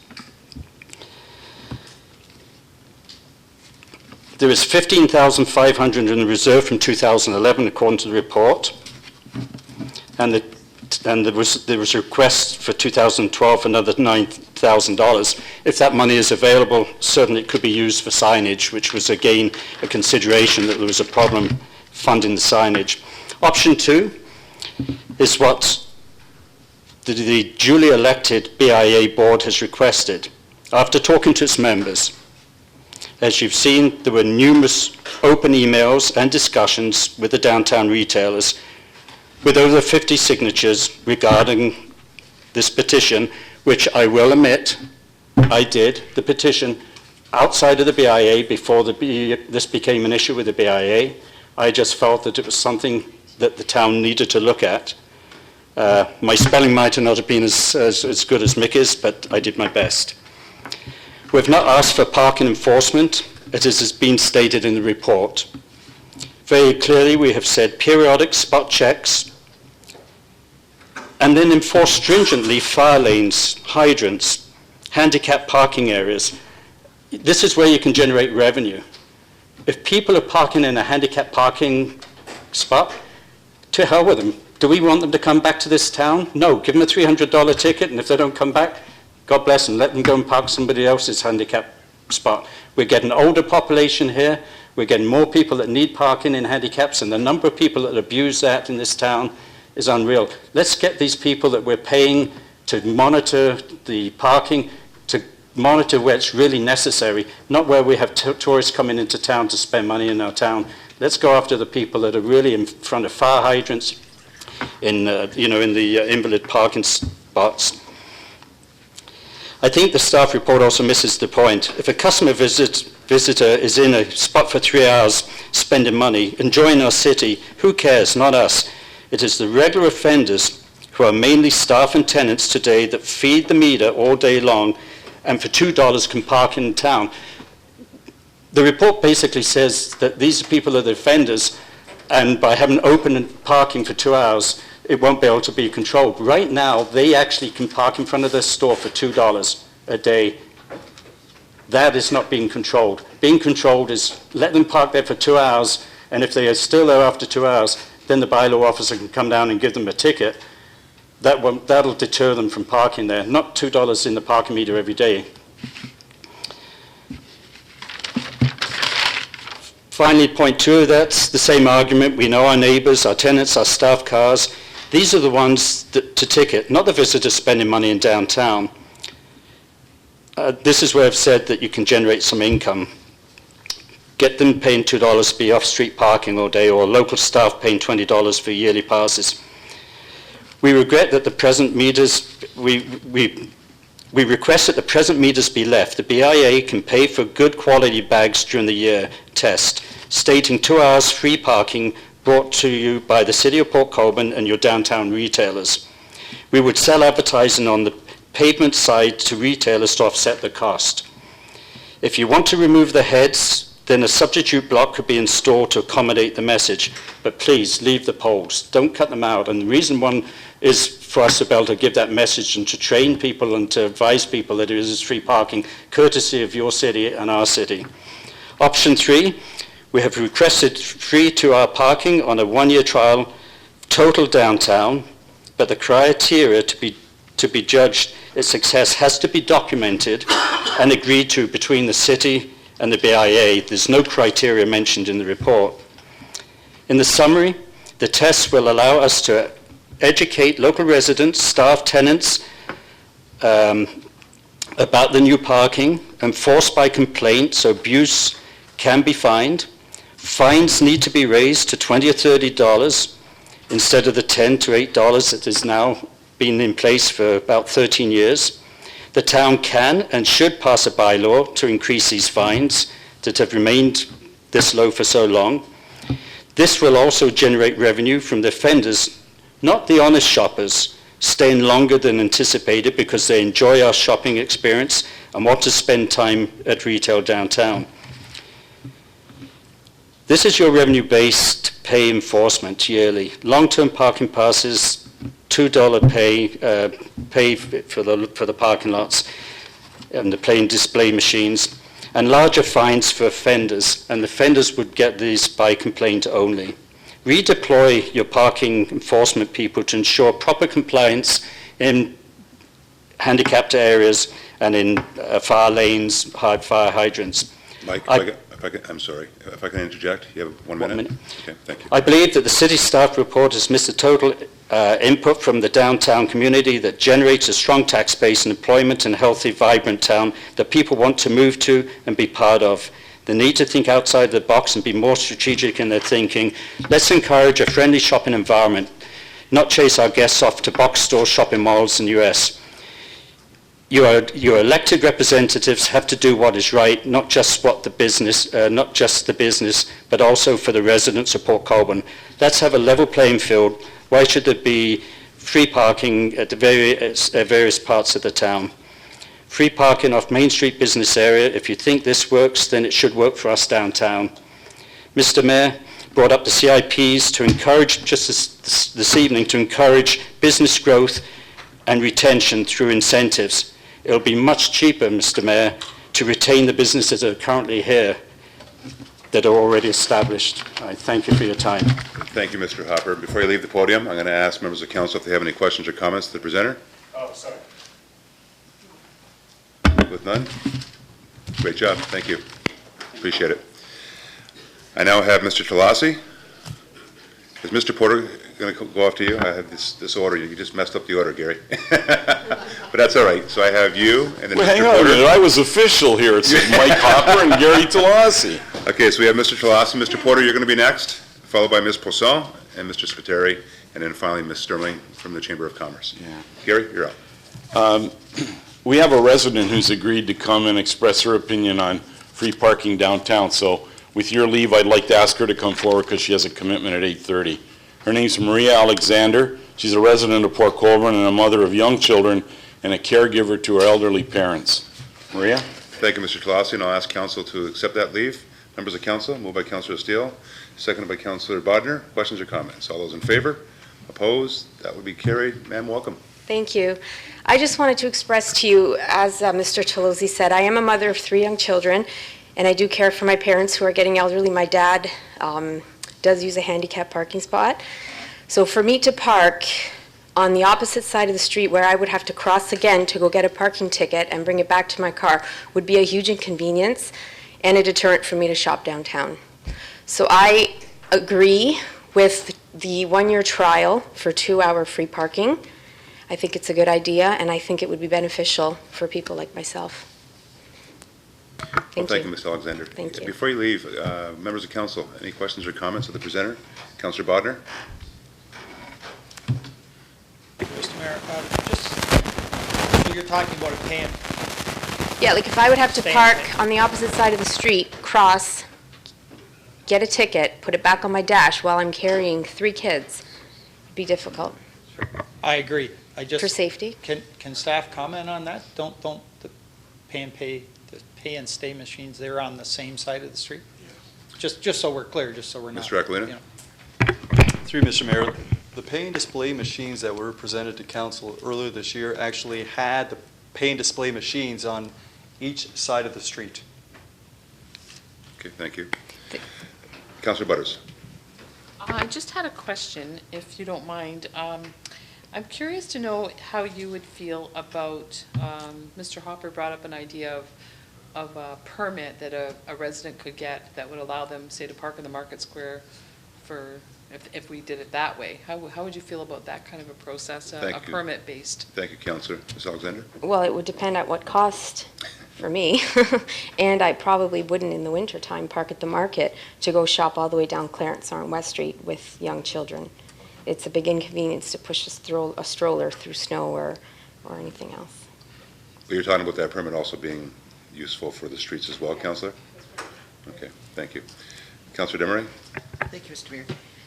Through you, would it be inconvenienced for you to use an actual parking meter right by where you park? Is that an inconvenience? That is not an inconvenience, but So it's the pay and display machine. if I'd have to cross, yes, with my kids. And how often do you shop? Quite often. Daily? Probably every other day. I am on mat leave, so I'm out and about a lot. Yeah. All right, thank you. Thank you, Councillor. Any further questions or comments from members of council? Ms. Alexander, thank you. I Thanks. just need your address. Oh, 128 Rosemount Avenue. 128 Rosemount. Great, thank you. Okay, Well done. thanks. Appreciate your time today. Mr. Talasi, you're up. So can I have her 8 minutes and my own 10 minutes? You have 10 minutes, sir. Okay, thank you. I'm disappointed that Mrs. Main's not here, that she's left already. It's presumptuous to think that the other presenters haven't read the report.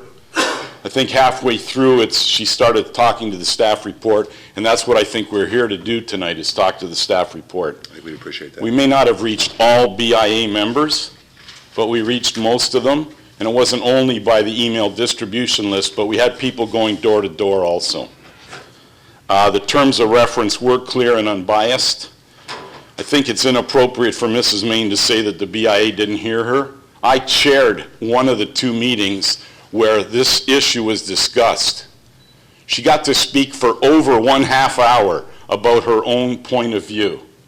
And unfortunately, that's not the point of view that's shared by the majority of the BIA. And finally, she can dispute that we have 54 signatures. But my question is, where's Mrs. Main's presentation of signed supporters of her point of view? Because if we have 54 that might really only be 50 or 45 or 40, it's probably 39 more than we've seen on her point of view. Now let me come to my own presentation. Thank you, Mr. Talasi. Mayor Badaway, councilor, city staff, ladies and gentlemen, thank you for the opportunity to speak to you this evening. Here we are back again because the staff report and the recommendations you're being asked to consider this evening are, in the opinion of the downtown BIA membership and almost all of the business owners, flawed, and certainly do not reflect the wishes of the downtown business community. Let's look at recommendation number 1 in detail. It suggests deferral until 2013 unless the BIA is prepared to pick up the cost of signage and bagging meters, plus the loss of revenue. Staff has not provided a cost for signage and bagging meters, but they have suggested that the revenue loss would be $10,000 from the meters and $3,000 from fines, for a total of $13,000, not including the unknown cost of signage and bagging meters. Do any of you know what the total budget of the BIA is for 2012? It's $20,000, folks. So you're asking us to pay $13,000 plus, or in excess of 65% of our annual budget for these changes? It's an unrealistic request. In addition, our budget cannot be changed without calling a general meeting of the whole membership, which requires 1 month's notice. You may recall that staff recommended the expenditure of $120,000 for pay and display machines during the 2012 budget deliberations. If the city was going to absorb the costs of signage and meter removal then, why would you ask the BIA to pay these costs now? The BIA recommends that council not support recommendation number 1. Now let's look at recommendation number 3. It suggests that meter heads be removed for 2013 and maintained intact for potential reinstallation at the end of 2013 if the test of free parking fails. That sounds like nothing more than a make-work project. The BIA recommended and strongly supports still that the meter heads should stay in place and be bagged. This eliminates the cost for removal and possible costs of reinstallation. Don't remove the meter heads until we're sure that the 2-hour free parking trial has been unsuccessful. If it wasn't, or has been successful, sorry. If it wasn't successful, the meter heads won't have to be reinstalled, just unbagged. It also eliminates the cost for signage for 2-hour free parking trial. What better way to announce 2-hour free parking than to have it displayed on the bags over the parking meter heads? When a citizen or visitor to our city goes up to feed the meter, they'll be greeted by something like the following message: please enjoy 2-hour free parking courtesy of the City of Port Colborne and the Downtown BIA. This also eliminates the cost for bagging the meter heads for the annual December free parking initiative. The BIA feels there's no good reason for council to support recommendation number 3. Let's move on to recommendation number 6. It suggests that council should increase the tax levy by 0.2% during 2013 budget deliberations for the loss of revenue, and by 0.2% for sign installation and meter removal and storage, for a total tax increase of 0.4%. I believe the points I just made regarding recommendation 3 will eliminate the 0.2% levy increase needed for sign installation and meter removal and storage.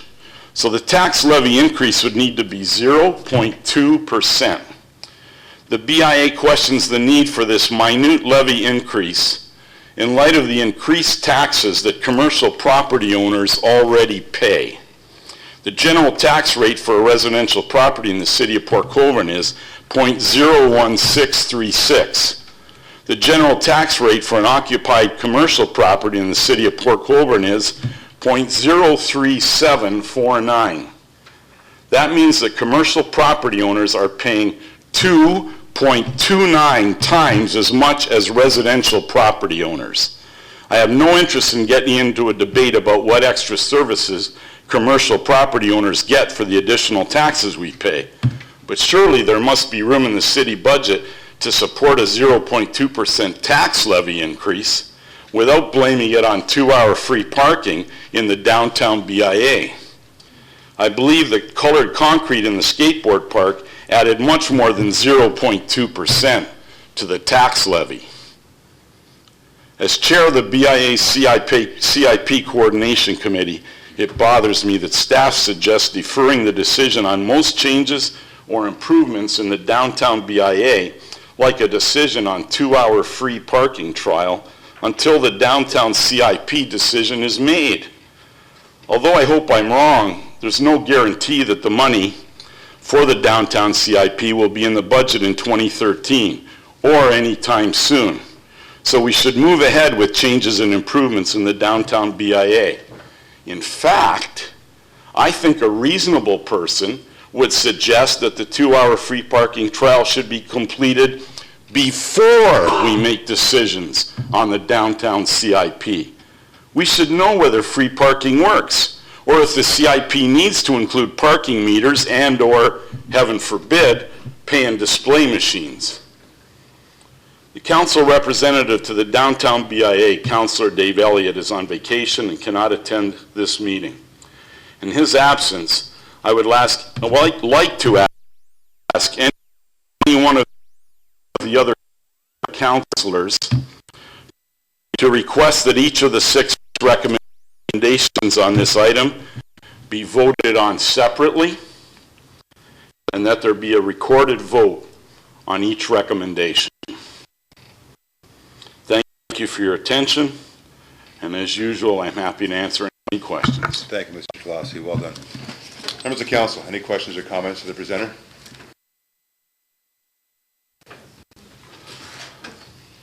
With none, Gary, thank you. Oh, go ahead, Councilor.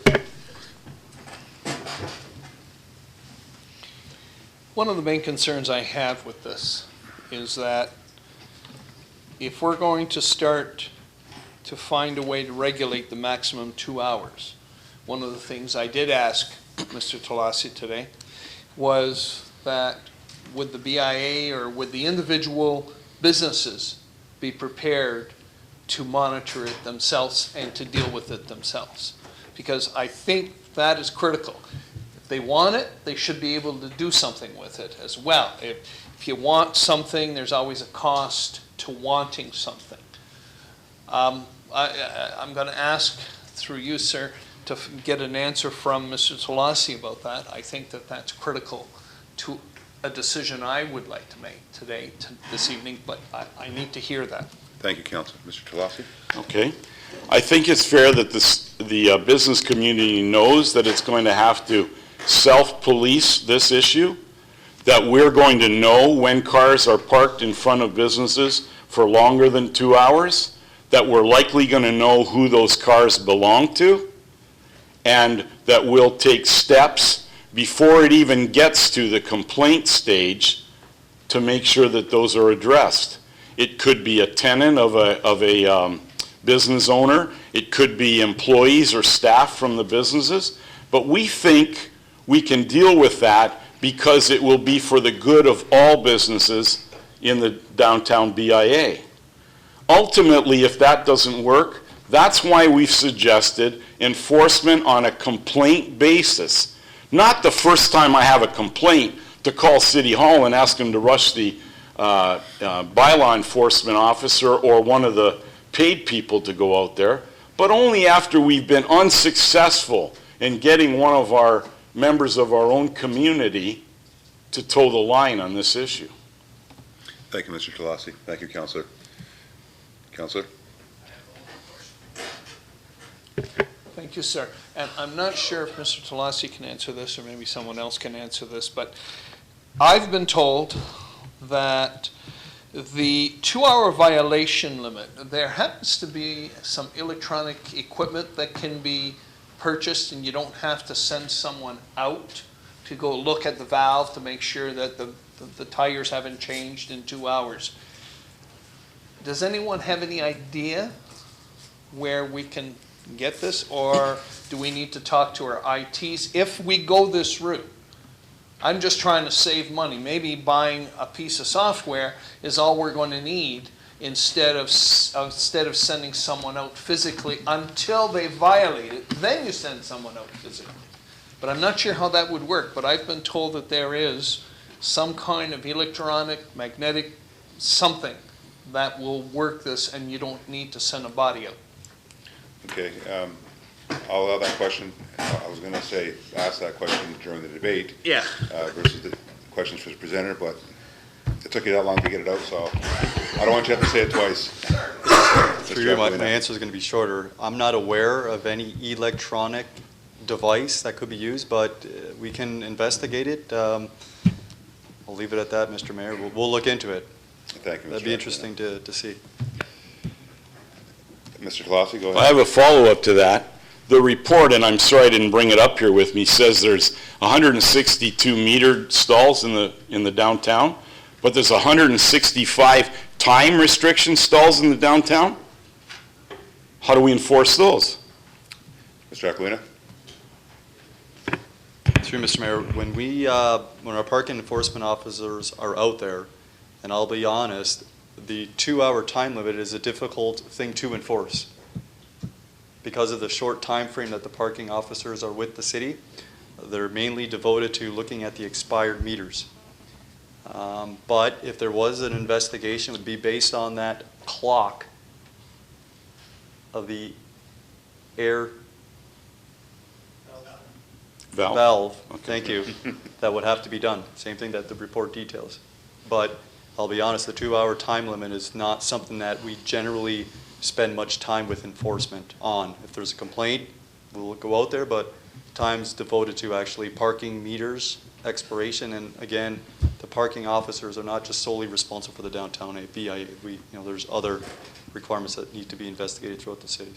So you are going to need the cooperation of the business community to self-police this thing. Mr. Talasi? Yes. Please. Thank you. If you can come to the chair. Thank you. Sorry. I'd appreciate that. Thank you, Mr. Aquilina. Go ahead. Oh, I was just going to say, so you are going to need the cooperation of the business community to police this thing, so that we're not always requiring bylaw enforcement to come out and take action. Okay, Mr. Aquilino? Mr. Mayor, what the report suggests is that we would only act on complaint basis. That's it. And the BIA would need to understand that our parking enforcement is only part-time.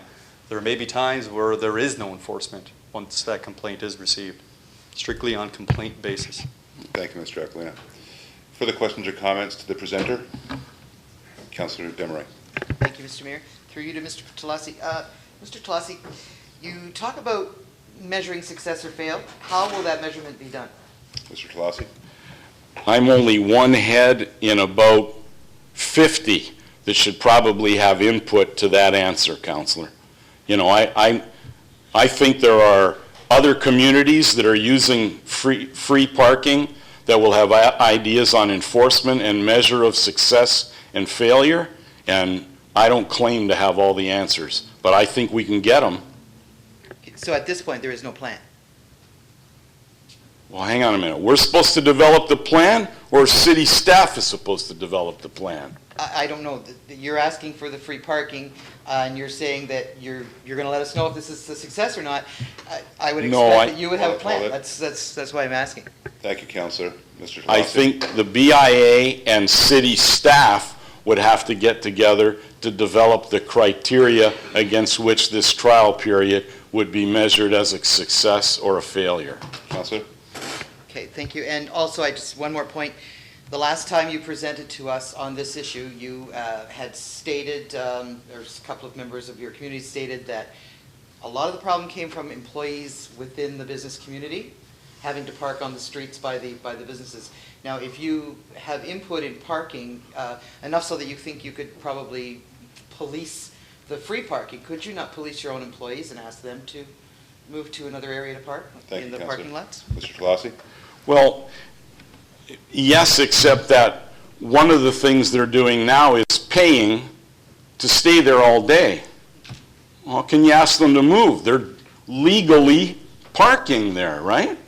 I mean, we're talking about bylaw enforcement that supports 2-hour free parking. If right now you got a parking meter and there, and they never get caught with a parking meter that's expired, how can you change things? Okay. Mr. Howell, you want to make comment on that? Your Worship, just a quick correction of that. 2 hours all day is not permitted in the bylaw. You can't feed the meters against the law, and if there's a complaint, it would be charged even though they put money in the meter. Right now, you're not permitted on the current bylaw to feed the meter all day. Just to clarify that point. Fine, thank you. Thank you, Mr. Howell. Councillor Butters, and then Councillor Bodnar. Thank you, Mr. Mayor. Mr. Talassi, I just was wondering, are you concerned with the idea that the part-time enforcement that Mr. Aquilino refers to, that there may not be enforcement on some days if this is a complaint-driven process? Do you have concerns about that? Thank you, Councillor. I think there's some concern about that, but you know, I don't mean to be telling you how you should assign your people, but I believe your bylaw enforcement area has staff in it, and maybe if your paid bylaw enforcement part-time people aren't available, then maybe some of your bylaw enforcement staff could be asked occasionally to go out and look at that situation. You know what? It's not perfect, folks. That's why we're asking for a trial. But, you know, the business community wants a trial. But staff and potentially a majority of the councillors think they know the answer already. All we're asking for is a trial. Thank you, Mr. Talassi. Councillor? Actually, I haven't, I've been struggling with this issue over the last several days. I'm reading everything I can. Okay, and good. asking questions of our staff and trying to keep a very open mind so that I can weigh it out in a reasonable way. Thank you. So when I ask you about the part-time part of this and how there may not be enforcement available, that there may be lapses, what I wouldn't want to see is the frustration of business owners saying, oh, well, great, we got this, and now they're like screwing us over on that. And that's what I wouldn't want to see happen. I would want to see this, if this was to roll out, that it be rolled out in a way that makes sense and has a fair level or fair chance of being successful, and that was my point. Thank you, Councillor. And what I might respond to that is, my personal view is that there will be fewer than one complaint per day, fewer than 3 complaints per week. Thank you, Mr. Tolasi. I have Councillor Bodnar, then Councillor Steele. I'll just start at this one, the other one doesn't seem to. I guess, Gary, I don't want you to get upset of us asking questions because, quite frankly, I haven't made up my mind yet either. So if you think I have, well, then you're wasting your time, and so I think a lot of us haven't. So there's Fine, options thank here. you. Okay, but just to pick up on Councillor Butter's point, and I won't belabor this because we're going to go through this again, I'm sure.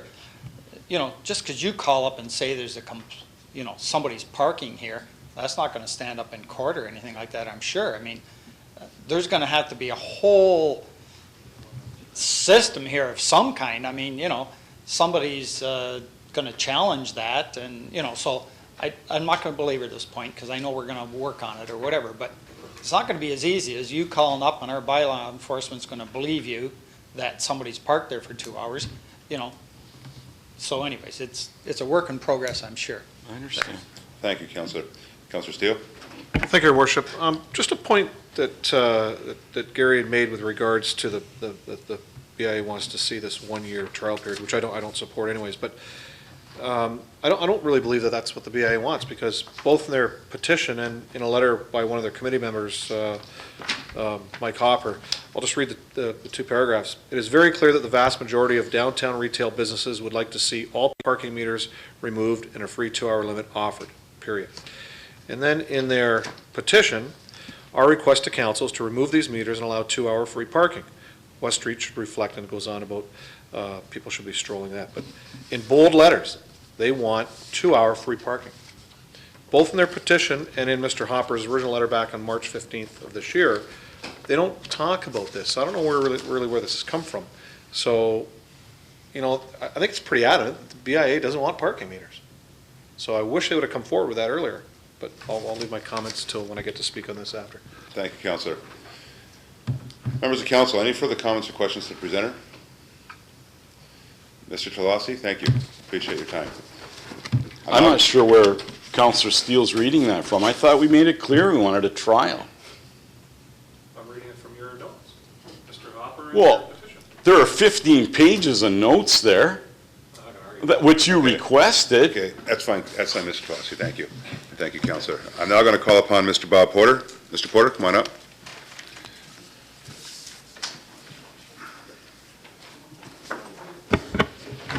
Welcome, Bob. Thank you. Mayor Badaway, councilors, staff. Mine's going to be short. You won't even have to time me, Vance.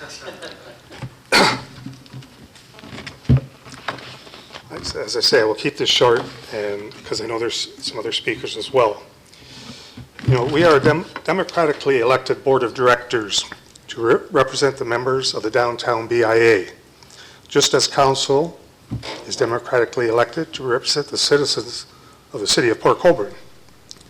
We don't have any hidden agendas, just the good of the business community, which translates into the good of the whole city. However, I do question why city staff won't listen to the recommendations of the voice of the business community, and why one member of the business community gets more mention in staff report than the democratically elected spokespeople of the business community.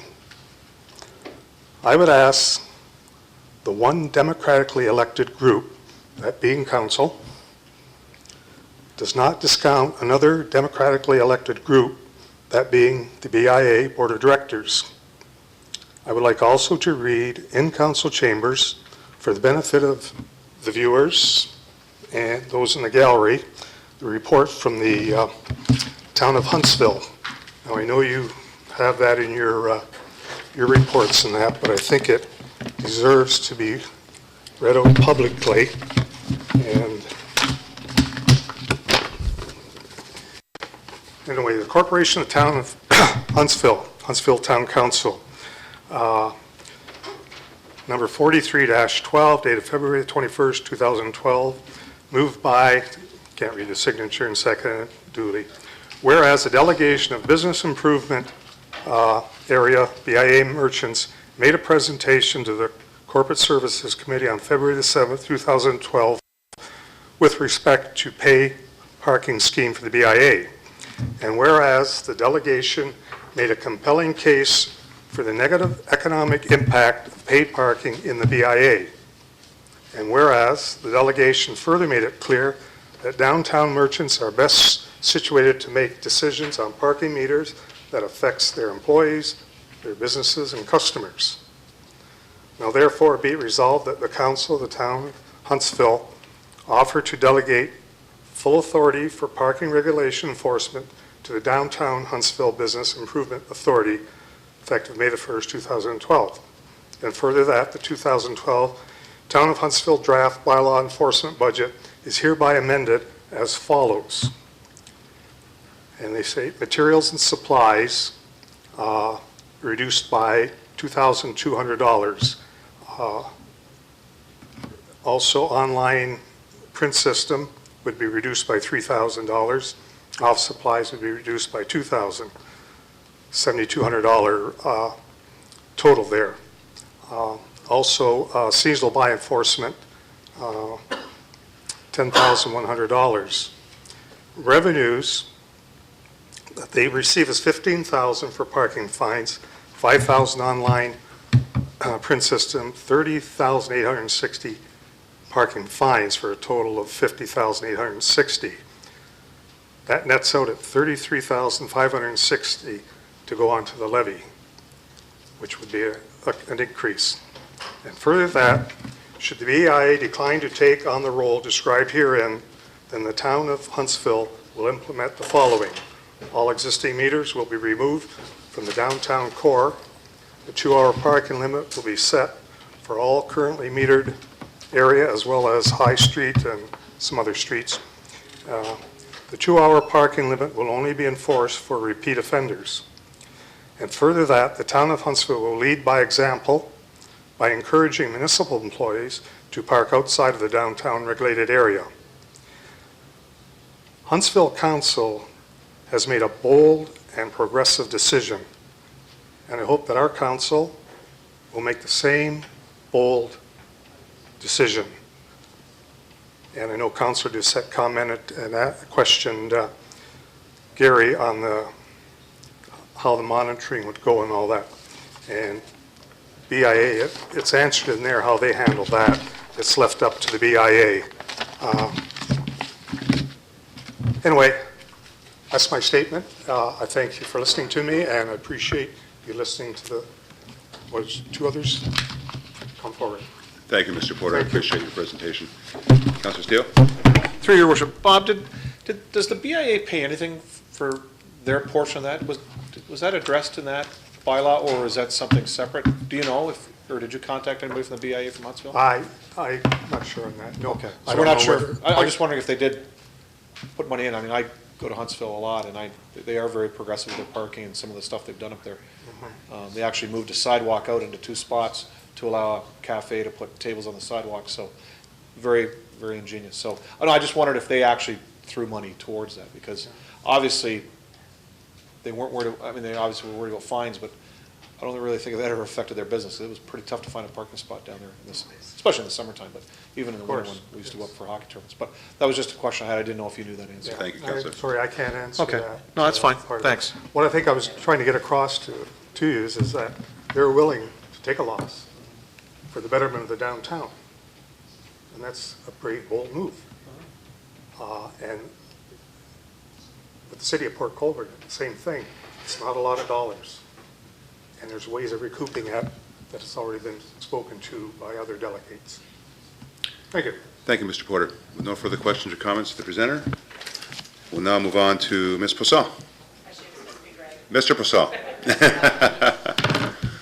Welcome, Greg. Thank you, Mayor, Council.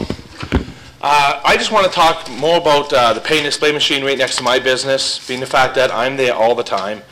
When it's up and running, I'm there in front of that business watching it all day long. The problem I find with the machine is the fact that people come to me every day almost and say, oh, when did this machine get here? It's been here almost 4 years now. And I have people all the time. They don't see it. They come in, halfway through their meal, they notice it. Oh, God, I got to go. They're leaving their food, running out to pay a pay and display machine. I mean, to me, it doesn't make for a nice dinner experience for somebody or a lunch experience for somebody. They get to the car, they see a ticket, they're all mad. I've had people say, I'm never coming back to this town, all over an $8 ticket. I know it's $8, it doesn't seem like much, but why would we want to upset our customers over something so minute, if you ask me, to begin with, on the pay and display machine? The other issue is that I address is we want just a one-year trial. I don't see how it's a big deal. This comes up all the time. This has been up to council time and time again. I know many councils have heard this. Why can't we just put it to bed? Give it a year, and it needs a full year. It can't just be 1 month, 2 months. We need a year to go through a whole season to see it, make it work, see if it does work. If it doesn't work, then obviously it's dealt with before the CIP comes into play to begin with. The other issue with it is right now, I'm going to tell you, people abuse the system that we have right now all the time, and there's nothing I can do. I've had arguments with fellow businesses on my street that their comment to me is, I paid the meter. And my comment to them is, it's not about your quarter in the meter. It's about that spot that you are taking all day long. And then it got to the point where I had to put a sign in front of the car. You know, I shouldn't have to do that, but I got to that point where I've had to do that to tell them to stop parking there. And what they do is they move down the street to the 1 hour parking where there's no pay and display machine and spend the whole day there. I feel sorry for cruise quarters. People park in front of the store all day long. We cannot enforce it. Right now, Friday and Monday, a business owner is parked in front of their business on West Street, and there's nothing we can do about it. I mean, complaint-driven, once we tell them, you can't do this, and people start getting on them, I think it's going to be dealt with. But we need to have 1 year to try this. I don't see, like, if council is against it, I want to know why council is against giving us 1 year to see if this works. If it doesn't work after a year, then we can all say we tried it and it's put to rest. And that's all I want to do is put this issue to rest and move forward. Thank you. Thanks, Greg. Any? Councillor Steele, don't listen to Bodner. Yeah. Just press the gray button. Thanks, Tony. I thought that was the eject button there. Sorry. I won't take up too much of your time. I got 5 items on the agenda. First item, market research, if you're writing these down. Second item, promotion of the city of Port Colborne, which I'm a huge fan of. Thirdly, we'll talk about the current revenue stream from parking very briefly, because I know it's been documented from here to the end of City Hall steps, no pun intended. Section 4 and 5, just a point of clarification, Councillor Doucette, great suggestion with respect to how do you police your own staff. I will tell you, as a new business owner or the husband of a new business owner, as a condition of employment in our business, you sign a document that says you will use prescribed parking, whether it be behind our building or the city's parking adjacent to the credit union. It has worked extremely well for us, and I would encourage, and I have encouraged, my fellow BIA mates to deploy the same thinking. Councillor Steele, just a point of clarification. As I'm reading this stuff and trying to hold down a couple of different jobs, I believe the comments that are made about removal of the parking meter heads, I think if we look at the documents, are those of Mike Hopper as an individual. I think he tried to say it as he was leaving the podium the last time that he had made some of his own comments. I think the comments or the suggestions of the BIA can be found in option 2. I won't bother reading them because it's been a long night. I think if you see it there, it states very clearly what the intentions of the BIA are. I'm certain that Mr. Tolosi would take your questions one-on-one to explain that, and I think Bob would support Mr. Tolosi speaking on behalf of the BIA if that was the case. So getting back to my 3 points. Market research, promotion of the city of Port Colborne, and the current revenue generated from parking. This issue is phenomenally passionate. I can see it tonight. I've never been to a council meeting. I'm 44 years old. I lived here the majority of my life, and I haven't had the pleasure of sitting through one of these. I use the word pleasure with some humor attached to it. This issue hits not only the city from a revenue perspective, there's $26,000 being tossed around like a hot potato, it affects citizens of Port Colborne in a big way. And I can tell you from being away 13 years that the citizenry here looks very different than when I left. Watching through the front window of my wife's business, I'm touched by the amount of both young children and senior citizens. People that were in their 50s when I left are now getting close to 70. And my wife is serving them today. So I'm very touched by that. Thirdly, I want to talk about the businesses. And this issue touches the businesses. I would like to believe that the successful businesses doing business in the downtown core, or anywhere for that matter, are serving the needs and wants of the citizenry, of the constituents that live in our city. I would like to believe, and coming in at the, I would say the midpoint of the process with the BIA, that there was a lot of pain taken to get as much input into this issue as we possibly could. There's been a lot of passion here tonight. I can tell you, I don't have it documented here, but I'm about 4 or 5 meetings in with the BIA. And tonight was like an opening act to what I witnessed at our BIA sessions. A lot of passion around this issue, and you can see why. You can see why. That leads me to my first point, market research. I'm very pleased to hear that council is still open to input on this issue and still open to the idea that's on the table from the BIA. Failing that, if we can't come to a consensus there, one of the things I would like you to consider as council, and I know our BIA is considering at this point, is what about the market research? If we lose the opportunity to run a 1-year test, which this marketer, closet marketer, looks at as just good consumer packaged goods marketing, i.e. market research around what do consumers really want, then the BIA, I think, is prepared at this point to fund a quantitative market research study that asks the citizens of the city, what do you want? We're duly elected here at City Council to represent the people. Our businesses rely on representing the needs and wants of the citizens of the city. So if we won't do the test for a year, then the BIA is willing to step up and do the market research necessary and be public about that. I think citizens want to know. I think citizens want to know almost as much as we do as business owners, successful business owners, and as you do as councillors. There's no other reason you would run for council unless it was to represent the citizens of this great city. Secondly, promotion. I think the mayor would stand up on me on this one. I love promotion. I love promoting this city. I've done it for the vast majority of my life. I believe we have a great opportunity, both at council and at the BIA, to promote the concept of this one-year test for 2-hour free parking. I think there's a lot of goodwill that we can generate, and quite frankly, I believe we can generate a lot of research into what citizens really want. This isn't like all of us have our feet stuck in mud with respect to what needs to happen. We're looking for a test. As Mr. Tolosi said, fairly passionately I might add, it's only a test. It's only a test. The third area, and it's just because I'm not that bright on the accounting front, I'm going through the reports and I'm trying to understand, and I will do this offline, but I just want to state my claim at this point because I don't know the numbers as well as I should.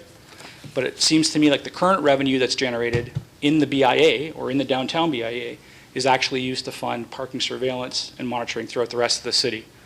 I've got a great relationship with Dan. I'll be able to follow that up with him personally if I need to. I just couldn't do the math between driving up here without breaking a few laws.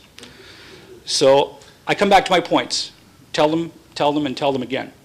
I believe we've got a great opportunity in this city to do a little bit of market research and create some goodwill around free parking, free 2-hour parking in the downtown core, if we're able to take care of it from a business ownership perspective and make sure that we are not the ones abusing it. I believe we have great opportunity to promote our city. Huntsville's a great example. We can all go through different examples of where we enjoy cottaging, et cetera, et cetera. But we have a great opportunity, I believe, outside of Christmas, because this place gets pretty busy around summertime. We all know that. Lastly, I think we're all here because we enjoy this city and love this city and are passionate about growing this city. What better way to promote this downtown than offering the citizens, for a test, free parking for 2 hours? Mr. Mayor, I'm done. Thank you, Anthony. And to members of council, any questions or comments of the presenter? With none, Mr. Spiteri, well done, as always. Thank you. Appreciate your time this evening. Before I ask the next presenter to come forward, I do want to apologize to Greg Poisson. When I slipped out here during your presentation, it was nothing personal. Nature just called. So I do apologize for that, but we've spoken enough that I know exactly what your comments were. So, and I thank you as well, Greg, for your time this evening, and Anthony, as well to you, thank you for your time. We're now going to call upon Ms. Patty Sterling, the Chair of the Chamber of Commerce. Patty, where are you? She had to step out, so Bob, you're up. Patty had to leave, unfortunately, and she didn't leave me her message. But I have down here that Patty Sterling is going to bring her endorsement of the BIA position from the Chamber of Commerce and comment on her findings regarding free 2-hour parking in Ridgeway. I know she did this, had a discussion with them down there about, they had free parking down there, and what she told me is that she discovered that they have no problems whatsoever enforcing 2-hour, and they've had it for years. And I know as a sales rep, when I called on the stores down there, there was never a problem ever.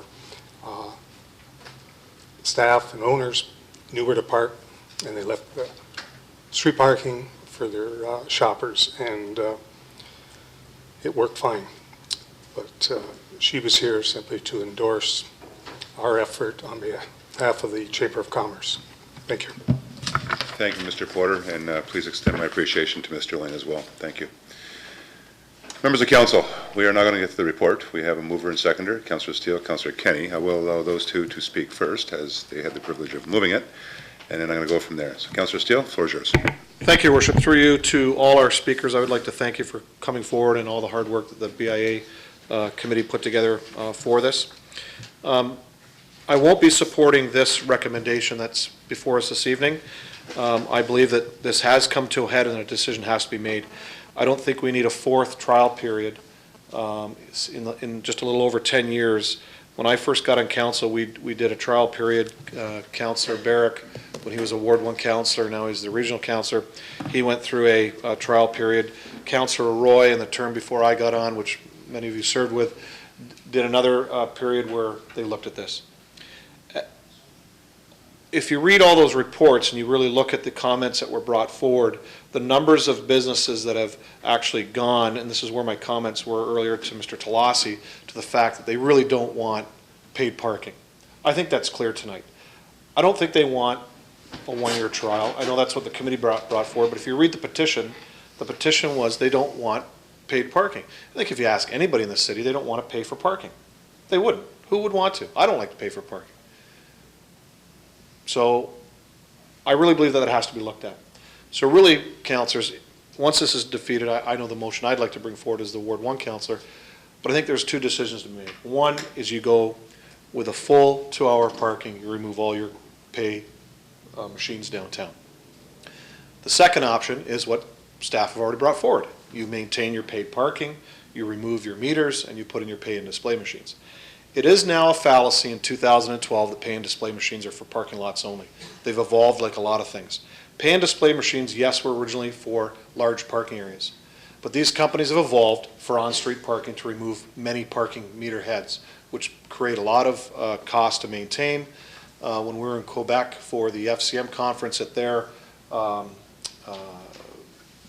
trade show, there was a number of companies that actually offer, and they do it, and Quebec City is one of the largest I've ever seen, where they have actual made for on-street parking pay and display machines. They're very small.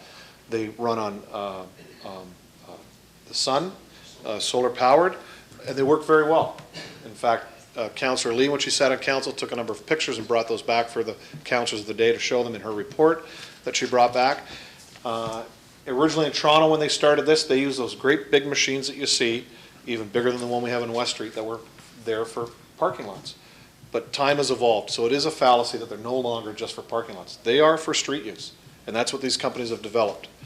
But in essence, council, I think, since 1995 or 96 when Councillor Roy brought his, 2000 when I brought mine, I think Councillor Barrick was around 2007, 2008, somewhere in there. I think we have enough information, and I think we have enough information here tonight. The petition alone, I think, says a lot, whether it's 40 businesses or 54 or whatever the number is. That number has climbed quite a bit since the first. I do remember on the last time we did this, we had the trial period on King Street this time. Before that, I believe, was on Clarence Street. for a business that was in favor of removing the parking meters called me directly, and they were mad because people were parking in front of their retail store, and they're a retail store where it's in and out. Nobody goes into shop, or very few people won't go into shop for long periods of time. The majority of their clientele is in and out in probably less than 15 minutes. They were complaining because people were parking in front of their store and their clients couldn't park and have direct access to their store. But who was parking there? Who did they find out? It was the neighboring apartments, it was other business people, and it was some people in the public that just went for shopping for more than 15, 20 minutes to an hour. So they kind of turned with their thought pattern. Now they've called me on this issue, or actually spoken to me directly. They're on the side of 2-hour parking and get rid of it all. And I brought that up to them, said, yeah, you called me about this. And they said, it doesn't matter. I think we can work with it. So I know where I stand on this tonight, but I think we should defeat this, in my opinion, bring forward a motion to vote on and put this to bed. I'm not in favor of another trial period. I think 3 is enough. I think if you read those reports, they were supplied to us, or you could have gone in and got them. I think that tells us enough that we don't need another trial period. All those had different messages in them. The messages changed each time. We did maintain the status quo because that's kind of where it was leaning to. This time, I think it's a little bit different. Thank you, Councillor. I have Councillor Kenny, Desmarais, and Doucette. Butters. Thank you, Worship. Kind of agree with Councillor Steele that the motion before us, there's a few things in that motion that I'm definitely not in favor of. I still think paid parking, the meters, works. On Saturday, I can tell you for a dime, my daughter-in-law walked into Davies, made 2 purchases of gifts for a christening we were going to on Sunday. It took longer for Bob to find the boxes that the item went into, and she was out of there. While she was in there, I went to the bargain shop, did my shopping that I had to get doing there. I walked around the corner, and I went to the Dollarama, I think it's called the Dollar Planet, and bought a whole bundle full of balloons for a dime. And they were still 2 minutes on the meter. I think that's free. I stopped at 3 stores for a dime to put in the meter. And they were still, I think it was a minute or 2 on the meter. I think that I understand how the merchants feel about a trial period, but I agree with Councillor Steele. We've done enough trials, and we know the facts from those trials. Some of them are flawed because really the one on King Street, we never did really know, to me, how that worked, but I was never satisfied with the report that came back. This is going to cost, to remove them, is going to cost money. There's lost revenue with no revenue coming in from the meters and no revenue coming in from fines. We have a bigger problem in the downtown core than parking meters. We have a vandalism issue in the downtown core. That's a bigger issue than a dime in a parking meter. We're going to have to spend money, councillors, to put cameras in certain areas of our city. That's going to cost us money to protect those businesses and catch these people who are vandalizing the stores in our downtown core. And you're right, I'm proud. I've been in Port Colborne all my life, born and raised here, and I'm proud of what our community has in the downtown core. I shop in the downtown core. I get lots of stuff there, and I can do it. Sometimes I have to actually put in a quarter because I'm longer, but most times a dime, 15 cents, and I've done my shopping that I need for, So I think a bigger issue here is the money we're going to have to spend on cameras for the vandalism, and we're going to have to do that. Like, I can't see any other way than a dime or 15 cents. It's not inconvenient. When I go shopping at No Frills, I get a quarter out of my pocket, I put it in the shopping cart, I shop, I get that quarter back, and I'm done. So it's not inconvenient for me to have change in my pocket to put in the parking meter. So, and I came here not knowing how I was going to vote. So, Gary, just so you know that I never really make up my mind on issues until I hear all sides. And I think, for me, when I look at the downtown core and what we have, the bigger issue to me right now is a vandalism issue, and we still got to deal with that. And we have to get that revenue from somewhere, and to now take revenue out of what we're getting, I'm not too sure if I'm going to vote that way. Definitely not voting for this one that's on the table right now. I'll be interesting to see what Councillor Steele has to bring forward. Thanks. Thank you, Councillor. Councillor Demeray? Thank you, Mr. Mayor. I as well cannot support this motion as it stands, and I have a lot of reasons. I did come here tonight leaning that way anyway, but I was keeping it open to see if I heard anything different and I could change my mind on it. I haven't. I feel that policing the parking by store owners or whoever you want to put out there to do the actual policing and reporting of it when there is violation could be confrontational. It might create ill will rather than goodwill. I think that's a problem always. I took it a little bit differently, and rather than go and talk to business owners, I spoke to people who shop downtown. And it's a small sample, 55 to 60 people is what I talked to. And from all of those people, there were 2 people that said they sometimes shied away from parking from shopping downtown because of parking. And they weren't talking about meters, they were talking about availability. That's what they were talking about. So yeah, that there's moving in and out of the spots is a problem sometimes. I personally, every time I park, I pop a quarter. Whether I'm going to be there, I don't bother with the dimes, because I never know who I'm going to meet. But I pop a quarter no matter what. All the other people I spoke to, no one, other than those 2, but no one was impacted by parking meters. They actually liked the fact that ours are a quarter. They agreed that they could suck up 50 cents. They wouldn't go farther than that. That's fine.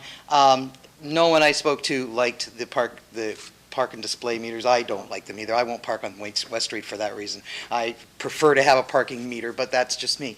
So there's that. But my real concern is, I asked the last time if there was a study, if there was something that said businesses are suffering because of parking here in Port Colborne, not in Huntsville or in some other town, but here in Port Colborne. And I didn't hear anything that said that any information had been gathered.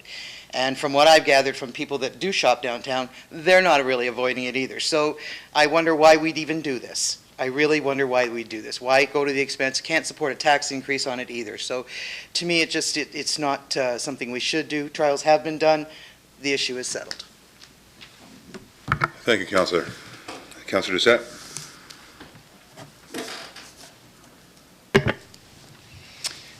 I have a concern in that, Councillor Steele says the studies are done.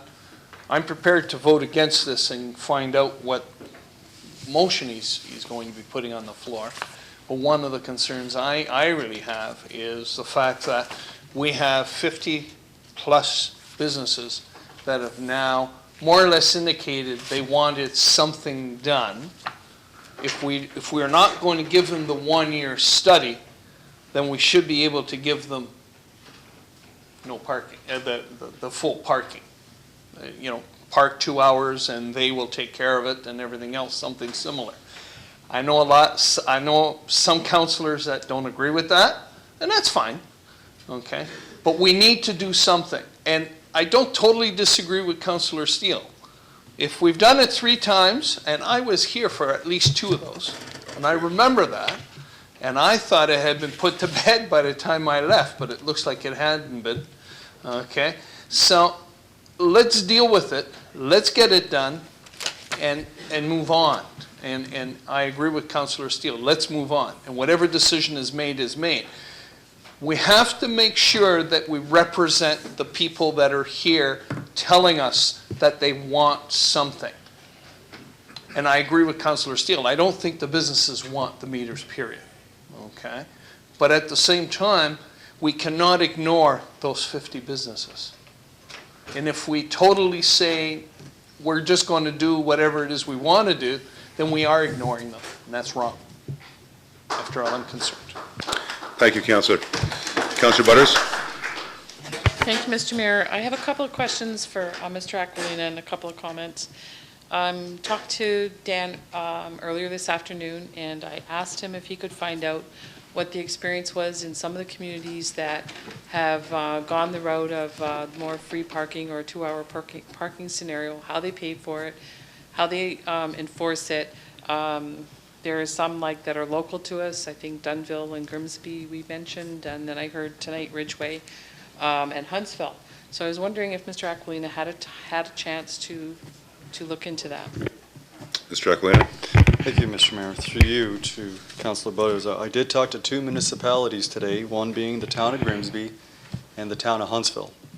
I could tell you I talked to the chief bylaw officer of the town of Huntsville, and he gave me the whole story as to what happened with the council removing the last of the parking meters. It was for a period of time where they had majority of all the stalls were paid parking with actual meters. Over time, when the new mayor came in, second term, the amount of meters came less and less, and then there was 70 remaining, and the BIA this past year, as was reported, got rid of all of the meters.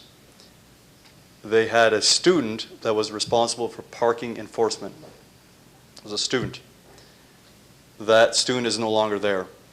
One thing that he did say, the chief building officer, was that finding a spot in the downtown core of Huntsville is nearly impossible.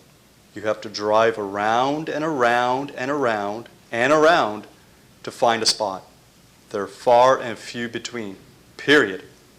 He said they do not, since they actually implemented free 2-hour parking, they have not received one complaint. And he believes the reason for that was because the BIA was the group that wanted that change, and they would not come forward with a complaint because it was their direction to council to remove all the parking meters. Interestingly enough, we do have canal days as well.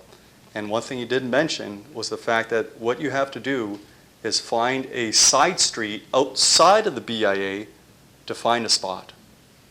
And now a lot of the residents now are dealing with the fact that there is a whole string of cars on the side roads.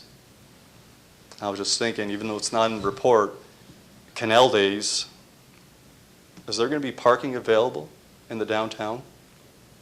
Is there going to be parking? How far out would someone have to park? I know there's a lot of side streets that are already now occupied, but I'm just trying to think what would happen. Talk to the town of Grimsby, and they have 1 hour metered free. There's not a meter along Main Street. Their parking lots are free, and those are the parking lots that are outside the periphery, and the majority of the lots have 2-hour timed parking. There's one lot that is totally free. They have limited amount of complaints, and she says it works quite well. She says, knock on wood. That's what she said. Members of council, that is the information I could provide with you, or to you. I'll leave it at that.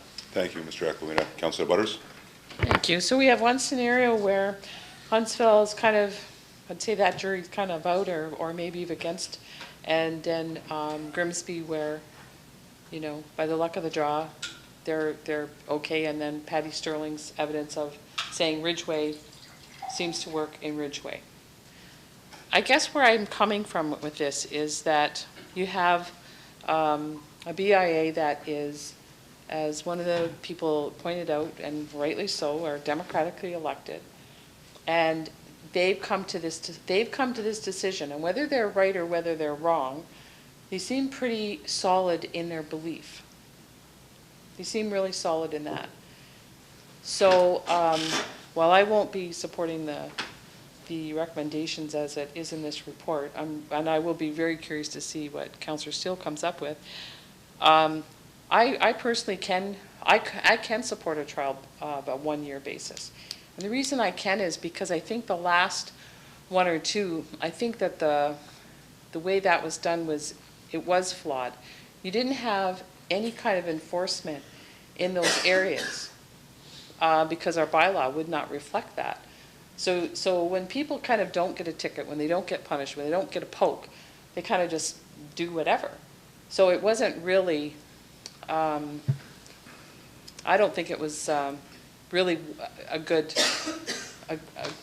trial or a good experiment, because it really didn't give us that bit of information. really. It just, it gave us some, but it really wasn't complete enough because there was no ability to give a ticket during that time period. So we don't know if it would have worked differently if we would have done the experiment differently. Wasn't really reflective of what we needed, everything we needed to know. So for that reason alone, I think that a proper one-year trial basis, I could support that, actually. So, Thank you, Councillor. some of the ideas that I've heard come up tonight, I'm really interested to know that are to more investigation into looking at some of the lots. I'm really interested in some of the suggestions brought forward in terms of a possible permit kind of a thing at a, not a huge cost, but, something that allows a person to use those lots in a different way than what they're used right now. And if the parking on the street was different, then I think that's something that we've never really thought about doing in a big way. And that's something that maybe we should be looking at. I like the idea about promoting Port Colborne and keeping the meters on there and the type of bags that would promote the city, and I like that idea. There's a lot of good suggestions, I think, that has come out of this meeting tonight. And I'd like to just end with that. Thank you. Okay, thank you, Councillor. Councillor Bodnar.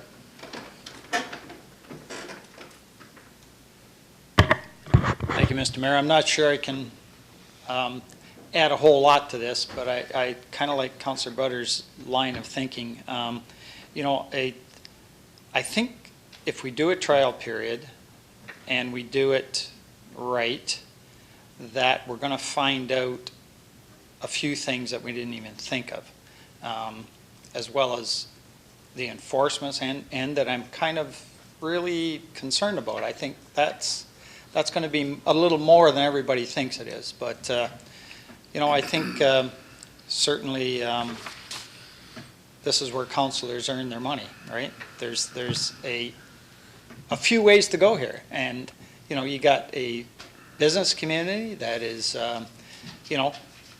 I don't think it's any surprise that a lot of businesses are struggling. I'm a small business owner too. Any advantage you can get to, or perceived advantage to get people to frequent your business, you like to explore. Whether it turns out to be exactly the right way to go, I don't know, but I think a trial period could tell us that. But a period that has some measurable results, and also something that has the city and the merchants working together. Whatever way we go, that has to happen. I can't see it us and them. It isn't that. It should be a real cohesive effort, and nothing should be off the table for trying to figure out how to make this work. And I commend staff for coming up with, everybody says, oh, staff's worried about the money, or this report says about money. Well, that's what they should be. If they're not doing that, I'd be really mad at them. They better be pointing out to council that this is going to cost us money. And that's a reality. Someone's got to pay for this. Is it big dollars in the grand scheme of thing? Maybe not. But guess what? We deal with things that aren't big dollars, and at the end of the year, they're big dollars when you put them all together. So, anyways, number of ways to look at this. But I certainly would go for a trial period that has real input from everybody, city, merchants, ongoing dialogue. Let's get it right. Let's rule it in or rule it out at the end of it, and then make some permanent decisions before we rip out everything or put in a whole bunch of new things. Thanks.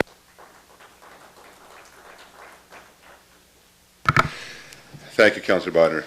Any further questions or comments? Councillor Kenny? Thank you, Your Worship. Through you to Dan. Mr. Aquilino, we already have a contract with the company that provides bylaw enforcement. Will this individual lose his job because actually we won't need him checking meters or anything anymore, right? Or will we? Because I'm just concerned, are we able to end that contract without that being a financial cost to us? Are we able to end that contract? And will that individual who does work for us through that company lose his position? Mr. Mr. Aquilino. Through you, Mr. Mayor, to Councilor Kenny, the way the contract is written, there's language in there that allows the city an escape clause, but I need to remind council, we also enforce parking outside of the BIA. So at the end of the day, whatever council decides, we're still going to be enforcing parking, whether it be in school zones, other side streets, everywhere throughout the entire city. So there may be a possibility to have a reduction. We would need to look into details on the contract to be 100% sure of that, however. Councilor? Okay. Further comments or questions, members? Well, I'm going to make some comments because you all did. And I feel it behooves me to do so. This is not a very difficult decision for me. I think I made it very clear at a former Chamber of Commerce breakfast that I held, the chamber held that I was part of, and made it very well known that I do support free parking downtown. So it's not a question of whether I support free or not free parking downtown. That's not the consideration that's in my mind right now. The consideration that's in my mind right now is whether we take the meters out now or a year from now. And that's what it boils down to for me. I have to admit that I too, well, as Mike said, I spoke earlier about the CIPs and the incentives that we're currently putting in place. More specifically, I spoke to the industrial sector and the incentives that we're trying to put in place to be more business-friendly for the industrial and the ICI sector in general to invest more in Niagara and in particular the city of Port Colborne. We do have commercial retail incentives available through our community improvement plans, both in the Main Street area as well as the downtown area and the waterfront area. And I do feel that downtown free parking would add to that overall incentive to be more business-friendly for both our residents as well as our visitors. However, I do agree with Councillor Steele. We've been through this process 3, if not 4 times in the past decade and a half with respect to going through these trial periods, all ending with the same conclusion. And I don't like to go through a 5th trial period, quite frankly. However, I will, simply because I'm hearing from the BIA members, and we as a community, as Councillor Bodner stated, encourage participation with our partners. And not all the time, as Mr. Talassi alluded to earlier, does everyone support, in general, the thoughts of others. I think we've seen that here tonight with the thoughts of some and the thoughts of others. But as a duly elected board, as well as a duly elected council, we've always prided ourselves on that once a decision's made, whether we agree with it or not, it's been made by the majority. And with that said, I've heard loud and clear this evening from the majority of the BIA and from the majority of the businesses down in that area. And I am prepared, even though I don't like it. I would much rather take the meters out and proceed with free parking and leave it at that, moving forward. But I am prepared to somewhat suck it up and let it go for another year to in fact have another trial period, and then and rest assured, unless it dramatically changes with respect to free parking downtown, we're going to be back here a year from now, and I will be recommending to council that the meters come out and that we continue with free parking well into the future. However, as I said earlier, we're in this together as a team, regardless of whether we're sitting around a horseshoe here in the chamber or we're sitting around a big table in the committee room. We're here as a community, and we've heard loud and clear from those that are affected from that part of the community. So as we encourage people to get involved with our CIPs, and quite frankly, I think this is the beginning of implementing our community improvement plan, as was stated earlier as well. So I'm prepared to support the direction being given to us by the BIA. You're the folks that are representative of that area. You've done a lot of legwork with respect to this issue, and I'm prepared to support that direction. So with that, members of council, I will put the motion on the floor. It has been moved and seconded. Once again, that has been alluded to earlier. If in fact you're not supportive of the staff direction, you'll be voting not in favor of this recommendation, and I'll be asking for a member of council to put a recommendation forward. So with that, members of council, your pleasure to the recommendation. All those in favor? Opposed? That's easy. That would be carried, or turned down, defeated. Do I have a recommendation? Councillor Steele. Thank you, Your Worship. With regards to this, as was mentioned before, of the number of studies that have been done, and I allude to what I said earlier with regards to how the outcomes were and how the comments were from businesses and citizens alike. The same thing has happened here since this issue has been brought forward for the last number of months, and with regards to really what people have been telling me that are different than the last time. And I'm going to go back to the petition that was taken around by I believe it was Mr. Hopper, in that, in fact, it did state in bold letters, our request to council is to remove these meters and allow 2-hour free parking. They had overwhelming number of businesses that signed this, and looking through, the majority are business owners. There are a number of employees that signed it that I know of. Some may or may not be, because some of the businesses, I'm not exactly sure the person's name, and I can't read some of the signatures. But on the whole, it's overwhelmingly the people that do represent the BIA, the ones that are paying the BIA tax, or the BIA cost to be a BIA member. So, Your Worship, at this time, I'll put forward a motion that would remove parking meters in the city of Port Colborne, that we would go to a 2-hour free parking time period, that enforcement would still be carried out by the city, and then the cost to remove the meters would be borne by the city, and then and the fines, which I believe staff will have to look at to set, would come back, and that would offset the cost of our enforcement, which would take care of the contract that we have. Thank you, Councillor. Madam Clerk, did you get that? Do I have a seconder to that, please? Councillor Desmarais. Any questions or comments to that? I have Doucette, Bodner. Councillor Doucette. Thank you very much, Mr. Mayor. Just a question. Are you talking about blank 2 hours, and at the end of 2 hours, there has to be some form of enforcement, or are we going to put this into this motion, or are we going to ask for a report back to tell us what we're going to do with it? It doesn't matter to me how it's done. It's just that I need to understand it, and the businesses need to understand how it's going to work, so that we can work together. Thank you, Councillor. Councillor Steele.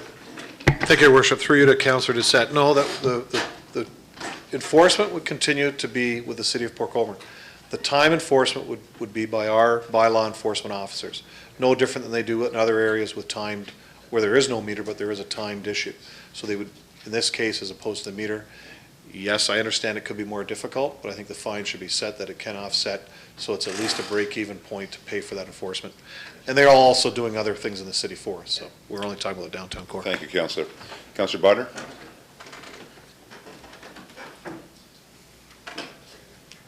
Thank you, Mr. Mayor. I guess I'd ask the business community, is it one of these be careful what you wish for? What if this thing crashes and burns? What if you're back here in a year from now or 2 years from now saying, man, nobody can park in front of our places, you know, we want you to put some kind of meters or something back in. I don't know. I'm just not real comfortable with that motion.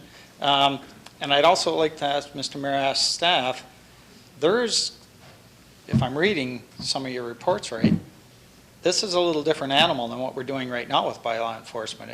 Would we need more people to really make this work?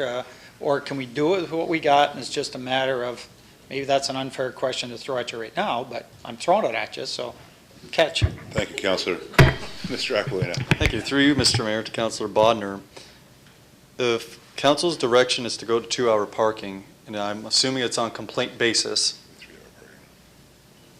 3-hour parking? Well, no, if I can just interject, you know, Councillor Bodner, you brought up a good point earlier with respect to the protocols that would have to be undertaken to actually enforce a 2-hour parking bylaw. If in fact we have a 2-hour parking law, and let's just walk through this.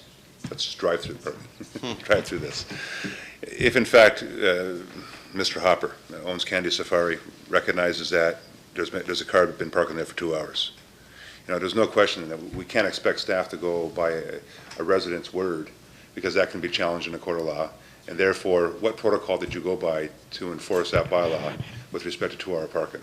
What I mean by the 3-hour is that once we get the call and we send bylaw over there, that's when the process is going to kick in. So 2-hour parking can turn into a 3 or 4-hour parking.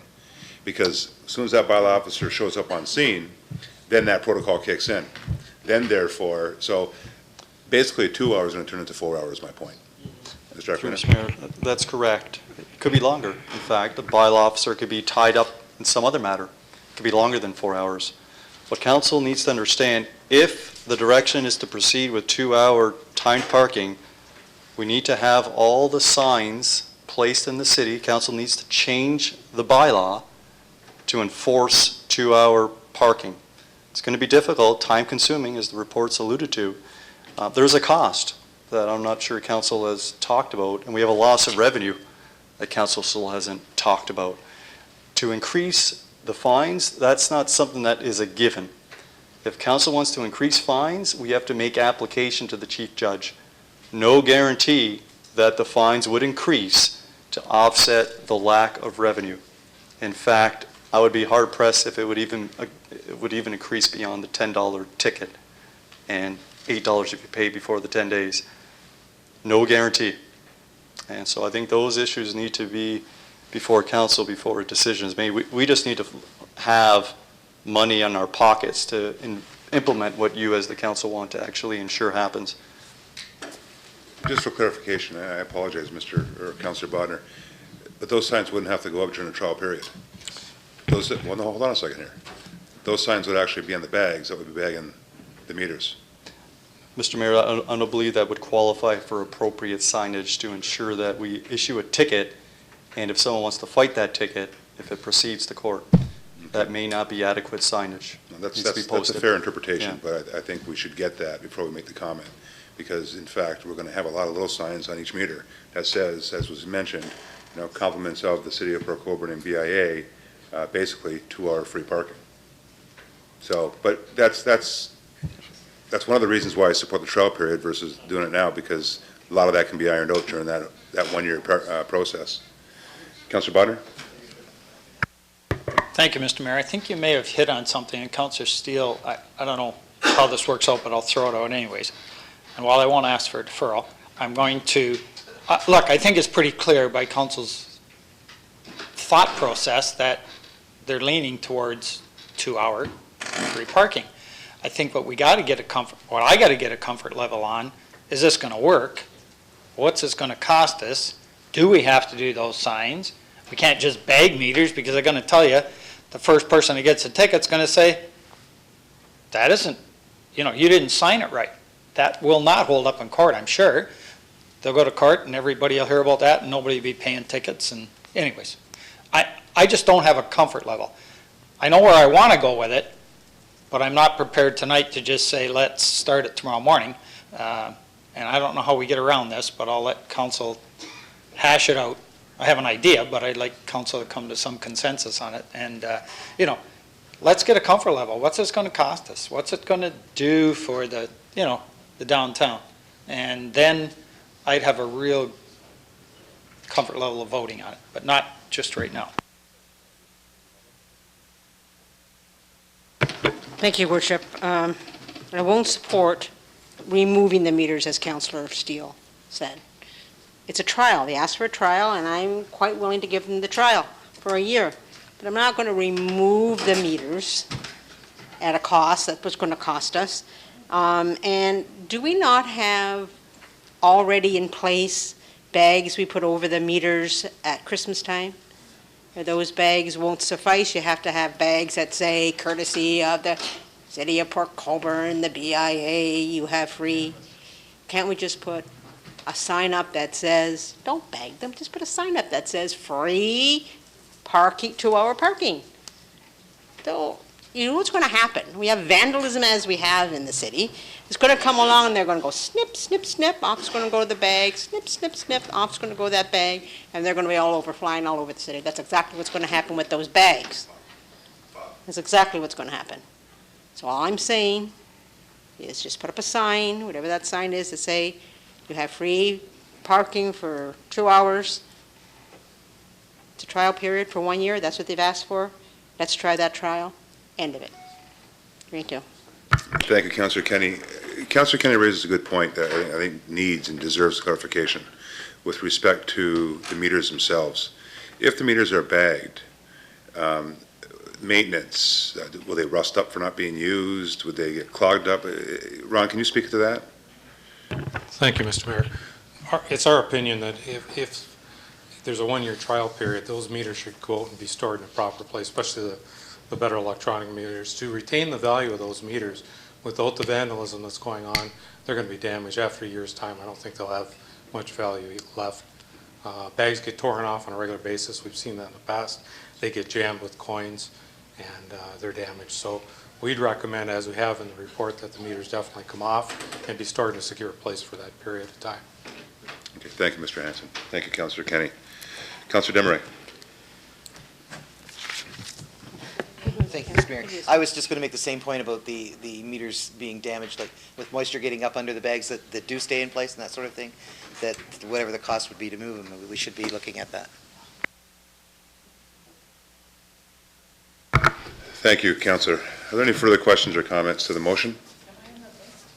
Oh, I'm sorry, Councillor Butters, I didn't see your hand go up. No, you weren't actually, but you are now. Councillor Butters, I'm sorry, I apologize. Thank you. So let me get this straight. So you're just talking about the heads and the posts stay in, right? On your motion, I'm asking about the motion. Councillor Steele? So I'm asking clarification of what he meant? Councillor Steele? Thank you, Your Worship. Through you to Councillor Butters. Councillor Butters, we would remove the posts, everything. We would get rid of meters That's what your motion in the says? downtown core. Okay, And that's where we well, only have then- meters right now. Then I so. have a problem with that. Thank you, Councillor Steele.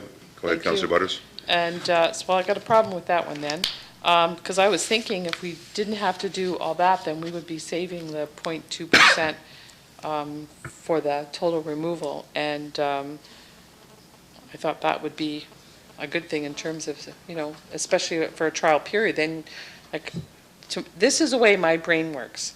If we take everything out, and then you kind of like see, then you set the stage for maybe a year down the road, this is a smashing success and everybody's happy and that's fine. But if it isn't, then you would like the pay and display. So it's like you've gotten rid of the meters. Well, now we need something because the trial didn't maybe work as well as you think. So I'm a little bit concerned that it kind of doesn't set that kind of ball in motion. And if there's a mindset out there, well, we'll just get rid of those and then we'll slide these in, it may color the results a bit. And I don't want any results colored. I want it to be a really fair and open thing. So if those meter posts are at least in there, then it kind of encourages everybody to stay on that high road, I guess. So that would be my one comment. Thank you.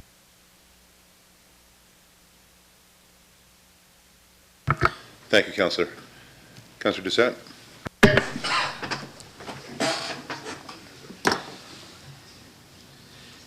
I'm a little bit confused. We just finished voting down a one-year trial. And all of a sudden, everyone's talking one-year trial. Which one do you want? Okay? Did we vote down?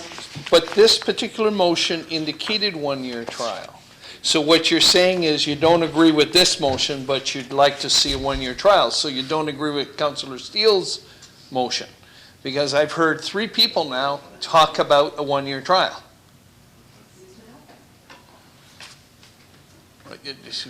You have to make a decision. Now we have to turn down his and put a new motion on the floor. Is that what everyone's talking about? That could happen. Okay. Thank you, Councillor.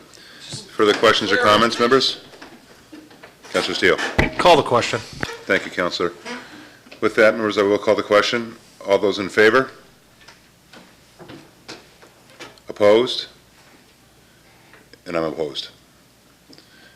New motion on the table, please. Councillor Kenny? Thank you, Worship.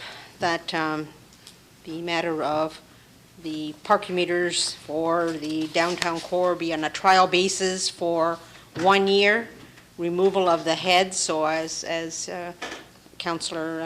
our Director of Engineering said, to protect the meter head, have them removed. That cost will have to be borne, I guess, by us, and that we put up signs saying this is a trial period for 1 year of 2 hours of free parking in the downtown core.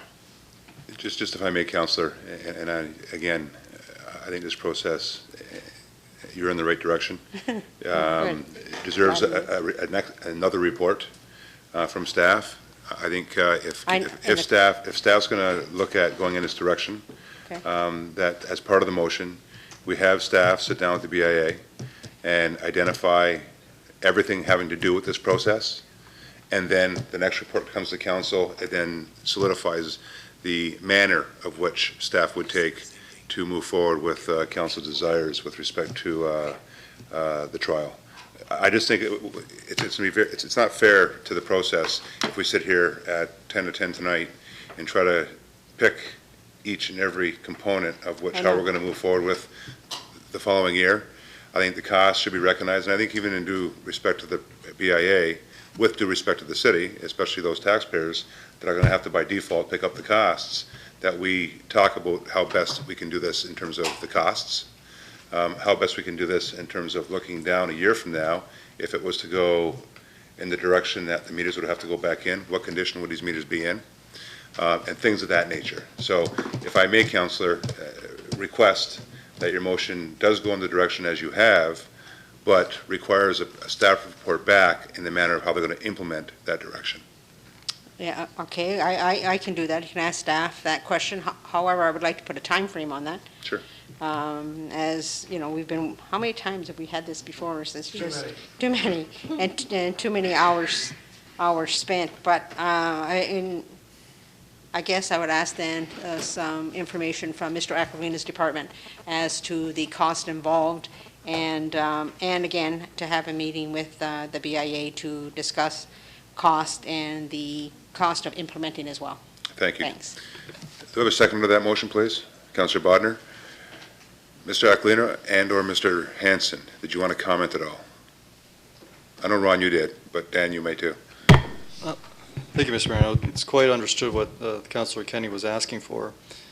We'll pull that all together. I know I'll have to talk with Ron's group as well.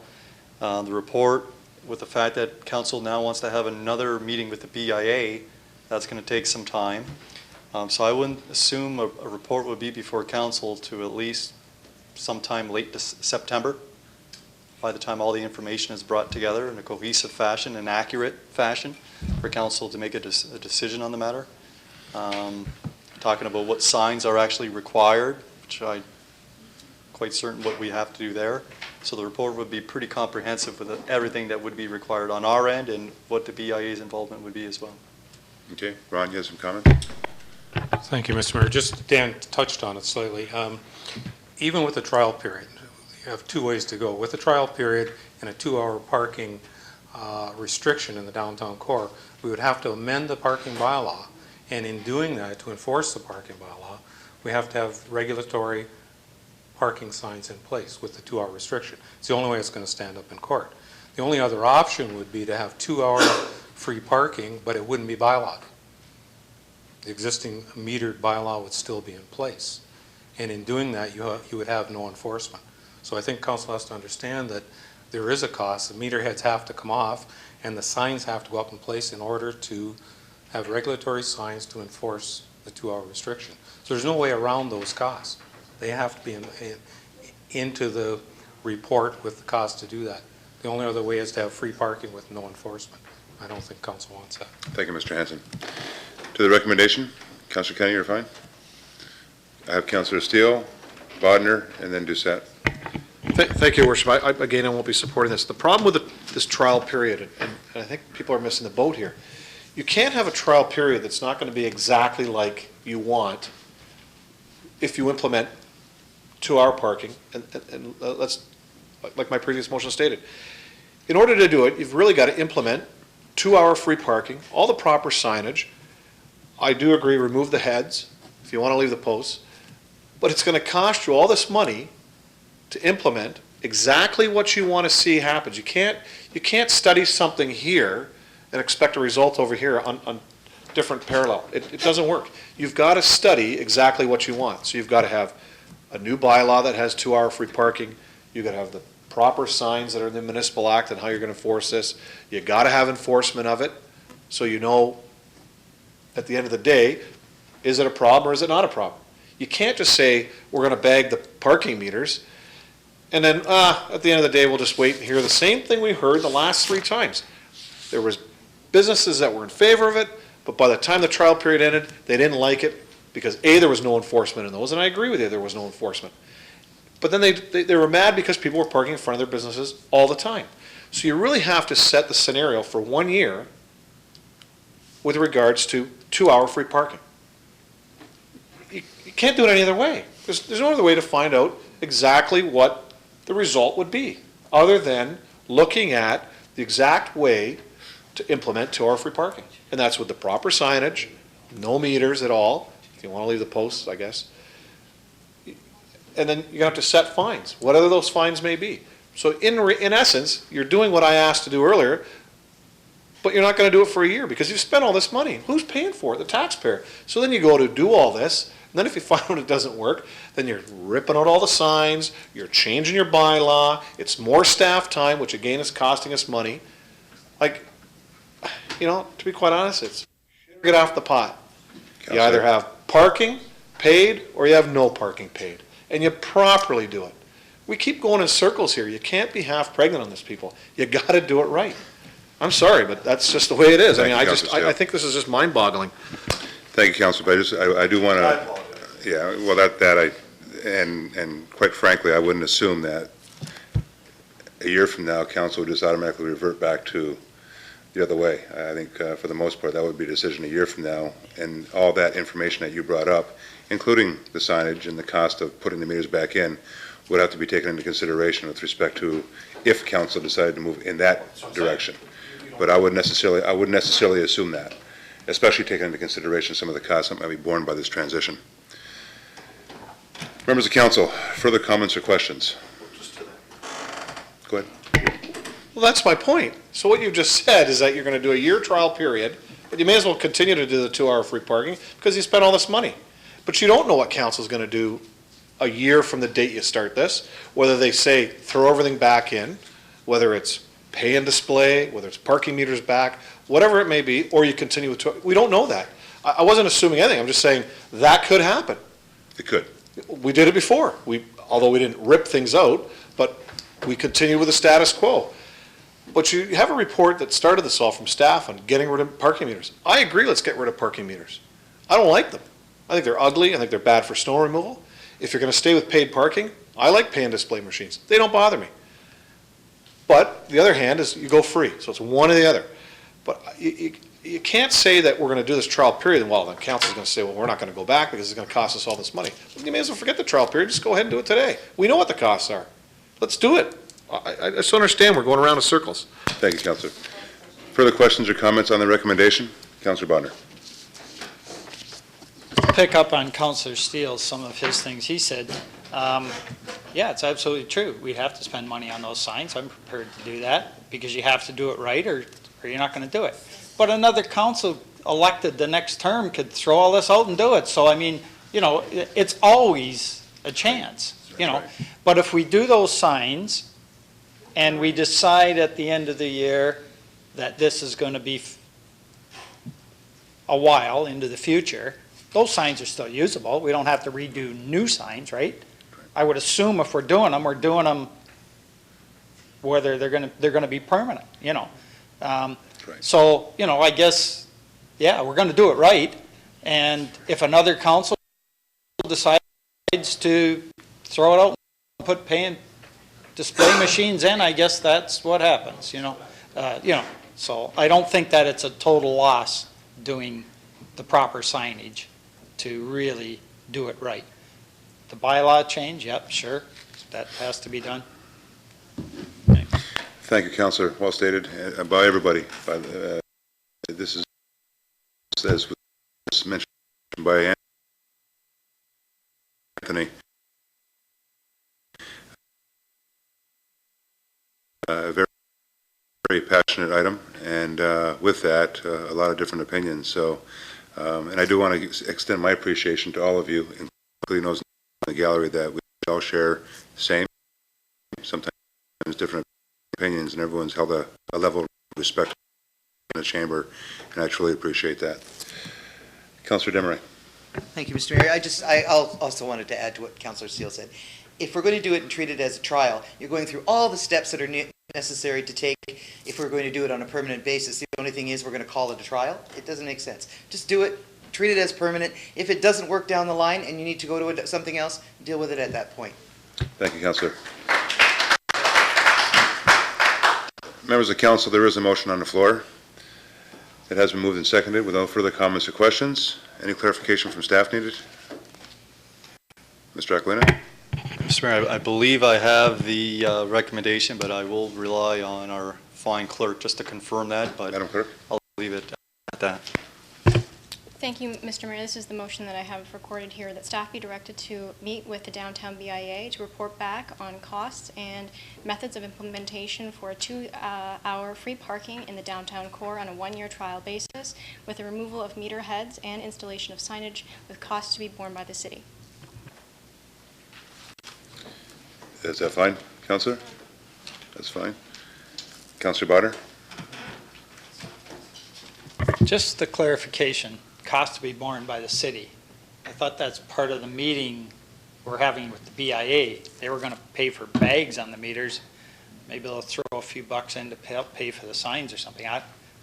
Right? I'm just thinking. Councillor Botter, that's a good point. And Councillor, I would ask that you reserve the removal of the heads as well as the costs for those meetings, and have staff and the BIA work that out, and then that to be contained within a report, the next report, on how we're going to implement it. I just don't want to go that far because, again, there's two considerations there between the cost and, of course, the removing of the heads. Thank you, Your Worship. I was just going by what our Director of Engineering responded to when we asked that question, could they just be bagged? And he said his recommendation that we would remove them, and there would be a cost to that. And He would remove them if, in fact, that was directed by council. But if it's directed by council not to remove them, he won't. So my point is that if we can leave that for the report, and of course then come back to... How many reports do we need, Your Worship? We've decided to do a trial basis, and if there's cost associated with signage, then that meeting that Mr. Aquilina has with the BIA, maybe they should be paying for the signage. Just sit down from the chair. From the signage, right? Because like, how many times are we going to discuss this? Like, now we're waiting for another report back with the cost? Another report back, is that what you're saying? You want another report back with how much it's going to cost us? Well, How much the BIA is going to pay? I think we should know that. I think council should know, how we're going to implement this, because it is a trial period, and I think, in all fairness to council, as well as to staff, as well as the taxpayers, we should recognize how much this is going to cost. And my point is that when we receive that report back, it also include how they're going to come to that implementation, whether it's going to be, is it there, when I say there, I mean there, between staff and the BIA, recommendation to remove the heads, therefore a larger cost, or to just simply bag them and lesser cost. Of course, with the concerns raised by staff within that report. So regardless, my point is that we're going to expect an implementation report back from staff. So we might as well include that information as part of that report. All right, and then how much is going to be shared by the BIA? I think I said that shared by the BIA. That discussion, and that's what I'm trying to encourage here, is to have that discussion. Okay. Versus trying to pick this thing apart for the next hour or two around this horseshoe. I hope you have that all straight, actually. Just a matter of eliminating the heads as well as the costs. Signage is fine. Okay. Okay, so we're eliminating the removal of the heads and we're eliminating the costs to the city.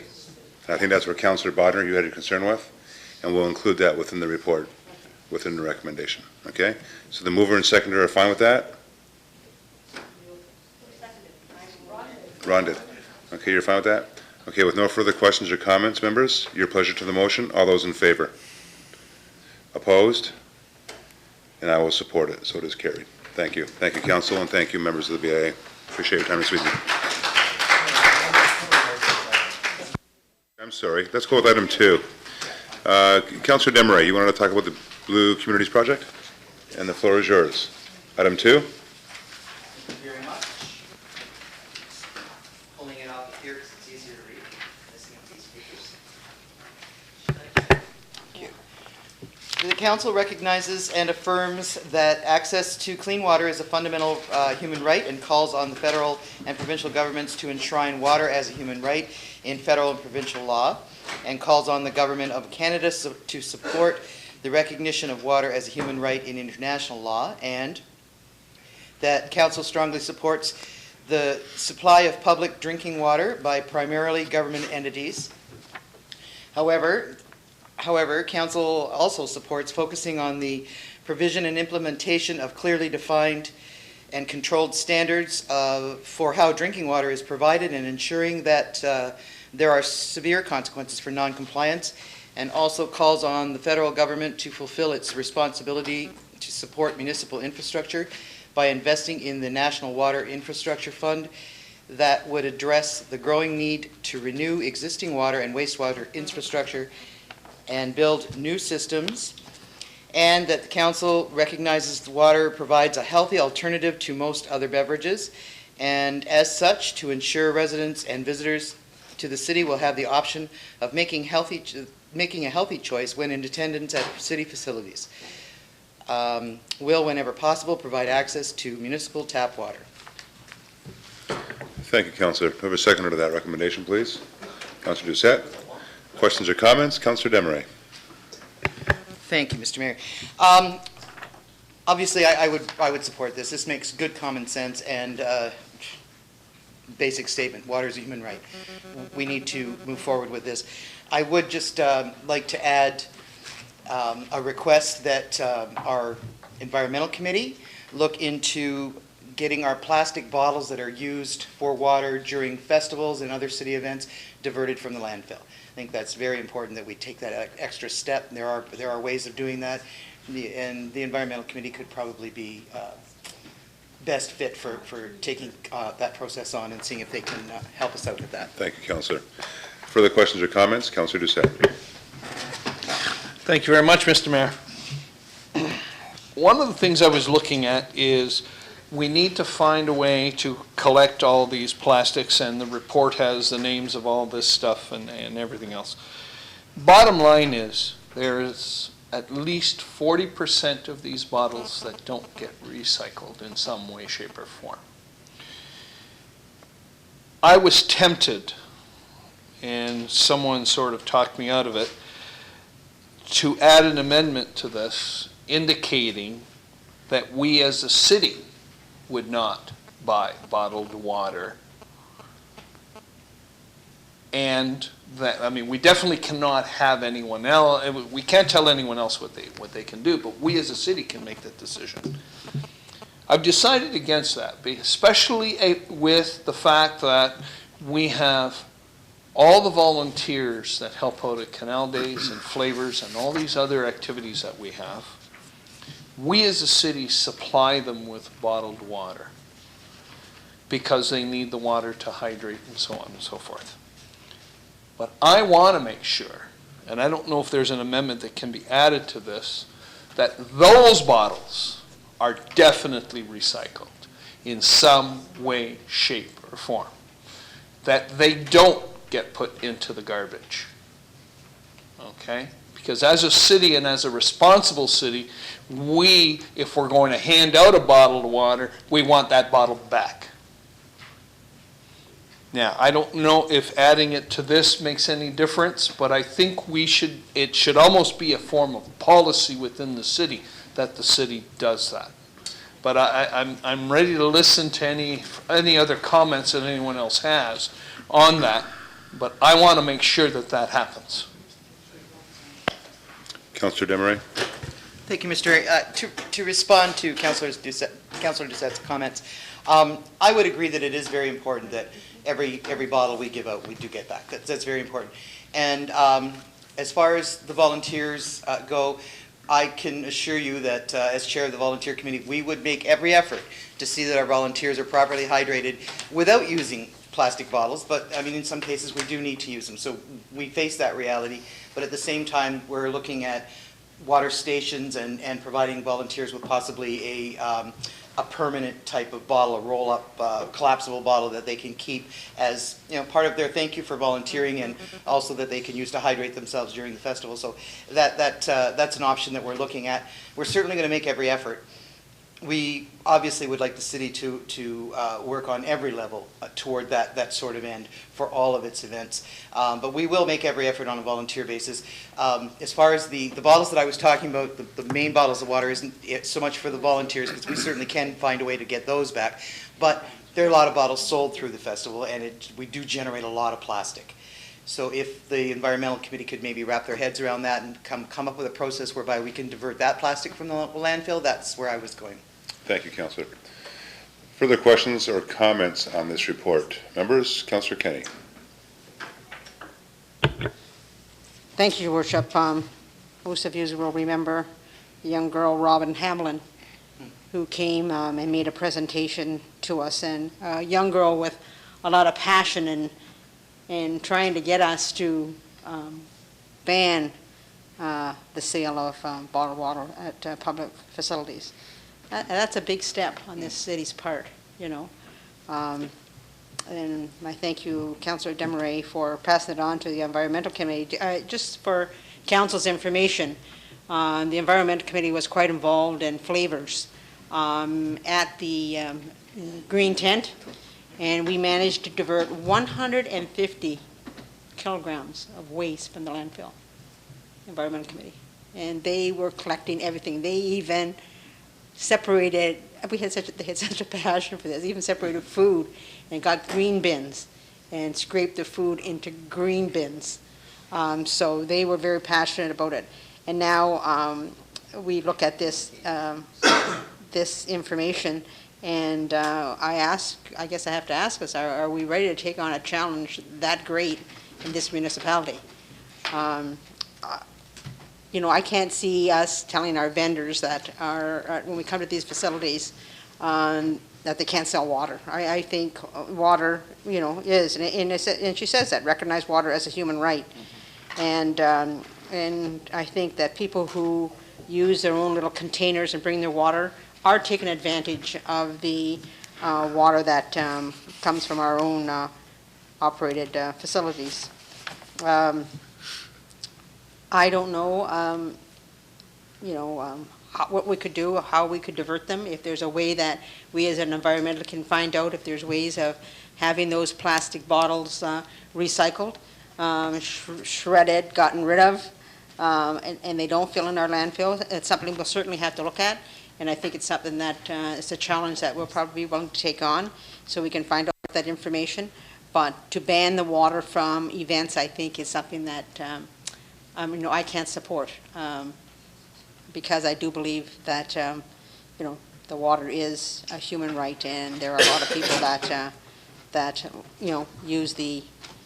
However, I hope we can find a way and investigate a way that we can have those bottles placed in separate containers so that they can be taken away and diverted from our landfill. I think that's the best step that we can take.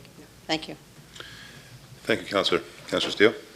Just a point of clarification. I don't see in here where we actually are banning water bottles. No. Is there something different, Councillor Kenny, that you're... No, I'm just saying that's one of the things she recommended. Oh, no, I understand that. I agree with that. I thought you were trying to read it out of the motion. I didn't see that in there. Okay, thank you. Thank you, Councillor. Members, any further questions or comments to the recommendation? Just one short comment. I have to agree with Councillor Kenny. We did receive a wonderful presentation from Robin Hamlin when she was here, very passionate about her cause. I happened to hear her on 3 different occasions, once at the region, secondly, and I know I have to get a life, but I was watching Niagara Falls Council one night, and so I heard her there, and then here at our chamber. And there's no question that she's very passionate about the cause, and she's done well with respect to getting that message out. I think for the most part, the recommendation that we have before us contains 2 out of 3 of her recommendations that we're going to support. And I do appreciate the comments made by Councillor Desmarais with respect to the Environmental Committee, overall encouraging the members to recognize new methods and or habits. I use the word habits more through looking at different options for environmentally friendly ways of I guess, in this case, hydration, but other ways. But I also think to work with the industry as well, to find new methods of, instead of simply handing out cases of water bottles, plastic water bottles, the opportunities that may present itself in terms of machines being available at special events where people can just fill up their water jugs. Same name on the machine, but instead of popping out plastic bottles, they're popping out water, and people have a choice. They can either turn a tap on for water of which they're already paying for, or they can go to another. So I'm just thinking outside the box, thinking out loud right now. But I think for the most part, I do appreciate the councillor's comments and/or recommendation to encourage the environmental committee to not give this up and just kind of put it aside, but to continue on with that dialogue, as well as even the dialogue with the industry itself to find new ways.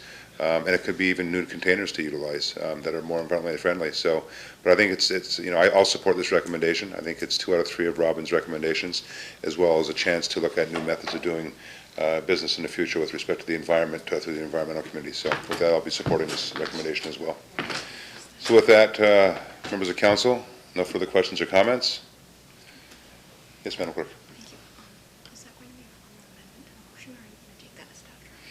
That it move on to the environmental committee? Councillor Demeray, do you want to make that as part of the motion? That is. I would, yes. Okay, that's fine. Okay, and the seconder is fine with that? Who was the seconder? Yvonne? Okay, you're fine with that, Yvonne? Yep. Okay. Further questions or comments? Members of staff, clarification? Everybody's good? All those in favor? Opposed? That will be carried unanimously. Thank you. Great job, guys. We'll now move on to item 5. Councillor Doucette. Thank you very much, Mr. Mayor. Department of Planning and Development, report number 212-58, subject community improvement plans, planning and building fees, grant programs. That council authorize the waiving of 50% of the planning and building permit application fees as established in bylaws 5718-149-11, planning fees, and 5817-72-12, building bylaw for properties within the Main Street Community Improvement Plan project area, the Downtown Central Business District Community Improvement Plan project area, and the East Village Community Improvement Plan project area as amended. That council authorize the waiving of 50% of the building permit application fees as established in bylaw 5817-72-12 building bylaw for all properties designated under the Brownfield Community Improvement Plan. Thank you, Councillor. Do I have a second to that recommendation, please? Councillor Butters. Mr. Aquilina, introduce us to another suite of incentives for downtown areas. What this report does, it brings consistency to all of our community improvement plans. It's a flat 50% rebate across the entire board dealing with planning application fees and building permit fees throughout our 4 community improvement plans, being the Main Street CIP, the Downtown BIA CIP, the East Waterfront CIP, and our Brownfield CIP. So this is just going to have a consistency across the entire city, so there's no guessing. Is it 50% here? Is it 100% here? Is it 0 here? It's 50% across the board. That's what this report recommends to council. Thank you, Councillor, or Mr. Aquilina. Are there any further questions or comments, members of council? One of the comments I just wanted to make quickly is that obviously this adds to the suite of incentives, the robust incentives that we've established here in the city of Port Colborne. Compound that with the incentives that are being established at the region. And I did ask members of council earlier to consider putting a recommendation forward, and I'd like to add it actually to this recommendation if it would be appropriate, and I think it would be, to ask staff to return with a report that outlines to the region our city's desire to align all local level incentive programs. And Dan, you and I have talked about this already. And it may be more appropriate to make it a separate motion, but I think this might be the end. I'll leave that to you, being staff, in terms of what may be appropriate to ask the region to do just that. Mr. Aquilino?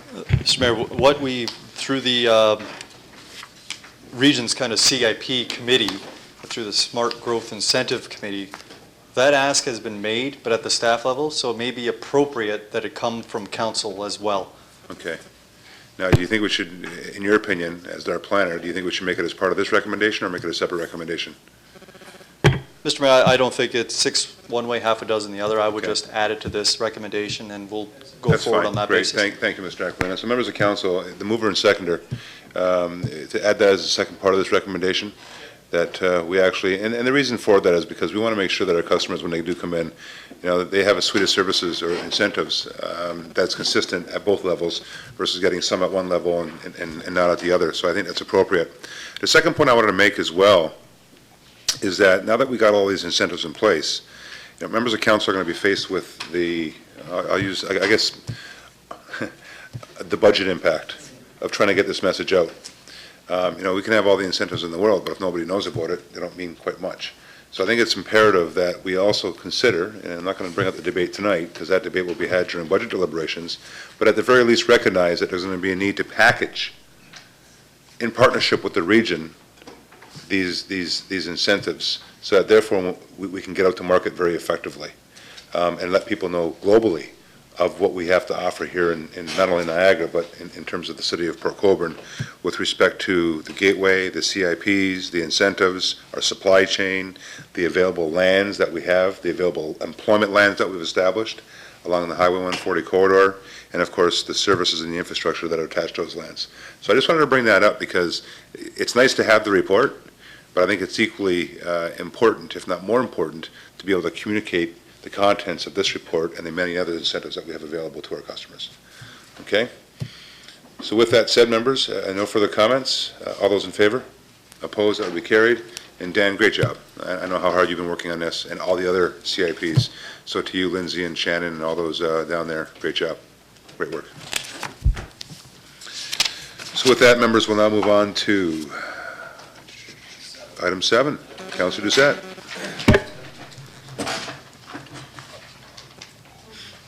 Okay, hold on a minute, I just lost everything. Okay. Page 69. Department of Planning and Development Report number 2012-61, subject beer store trailer lease of 105 Main Street West. That council enters into a 1-month lease agreement with the beer store for the temporary placement of a mobile trailer at 105 Main Street West, that the mayor and clerk be authorized to execute such lease agreement once prepared. Thank you, Councilor. Do I have a seconder to that, please? Councilor Steele? Questions or comments? Sure. Councilor Bodnar, actually, he volunteered his garage, I hear, so. I have a couple of volunteers. Councilor Doucette, you have a question? Yes, one of the questions is, if I remember right, 105 Main Street is near one of the restaurants there? Right next to the, yeah. Okay. And I had a couple of people who are elderly who use the, who access the special parking for disabled.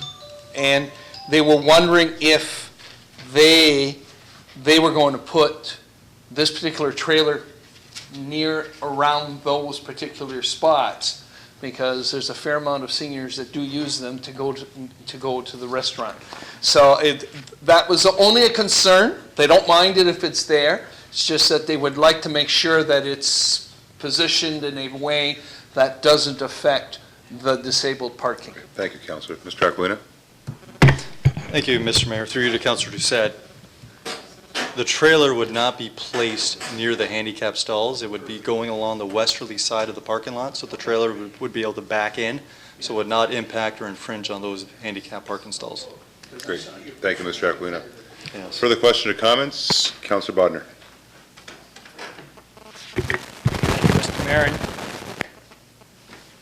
Thank you, Mr. Mayor. Yeah, my garage was just short of what they needed, but anyways, I was willing to put a cooler in, but speaking of handicapped, if this is a true picture of that unit, If you're handicapped, do they bring the beer to your car? That's interesting. Thank you, Councillor. Mr. Aquilina? Mr. Mayor, I will bring that up to him if council approves the recommendation. That's something to look forward to, or ask about. I personally think they should put in there a drive-through. But, so, thank you, but it'd have to be sealed. Councillor Bunner, thank you. Councillors, any further questions or comments? Councillor Steele? Just through you to staff, think of a reason why they want to proceed with this? That's the best question of the night. Seriously, Mr. Aquilina? Through Mr. Mayor, their original request was in different locations in the city. They want to take advantage of the traveling public. So their impetus was for locations along Highway 3, Highway 58, and also on the east end of the city at a famous resort, but I won't provide that name. So unfortunately, the details of that could not be accommodated, so they asked the city, would the city have any property along Main Street that would accommodate what we would like to do? It's a new philosophy, but that the beer store has implemented across Ontario. There's a lot of these in the northern tourist destinations, yes. Thank you, Mr. Aquilina. Sagabees, et cetera. Is that fine, Councillor? Go ahead. Through your worship, thanks, Dan. I think it's just another fight against getting it into the stores. They know it's going to get there. You look at most of the provinces, you can go to a corner store and buy a case of beer. Quebec being probably one of the first that did this. But I think they're trying to combat the monopoly that they have, and that, I think it'd be great out at Shirkston, and Councillor Bodner and his store, you can go in and buy a nice 12-pack of beer, or whatever you need, or the Avondale around, or any maximum. I mean, I'm serious. I mean, if this is what it is, they're trying to just spread beer stores all over. Put it in the darn corner store. I mean, such a nanny state. Thank you, Councillor. Councillor Bodner, you're really in a mood tonight, eh, Councillor Steele? Councillor Bodner. No comment on Councillor Steele's suggestion. I guess I'm a little bit disappointed. I thought they were putting that temporary trailer there so that they were going to tear down the old beer store and build a new one. No, but we need something done with that store. Is rather old, and I don't think it's been renovated in forever. But anyways, I'm disappointed. I thought this maybe was a temporary so they could redo that one. But that'd be a suggestion you could put in, Dan, along with the disabled, that while they have this here, maybe they could renovate the other one. Just a thought. Thank you, Councillor. That's putting me close to a conflict. Thanks, Ron. Members of Council, we do have a motion here moved and seconded. Any further questions or comments? All those in favor? Opposed? That will be carried. Thank you.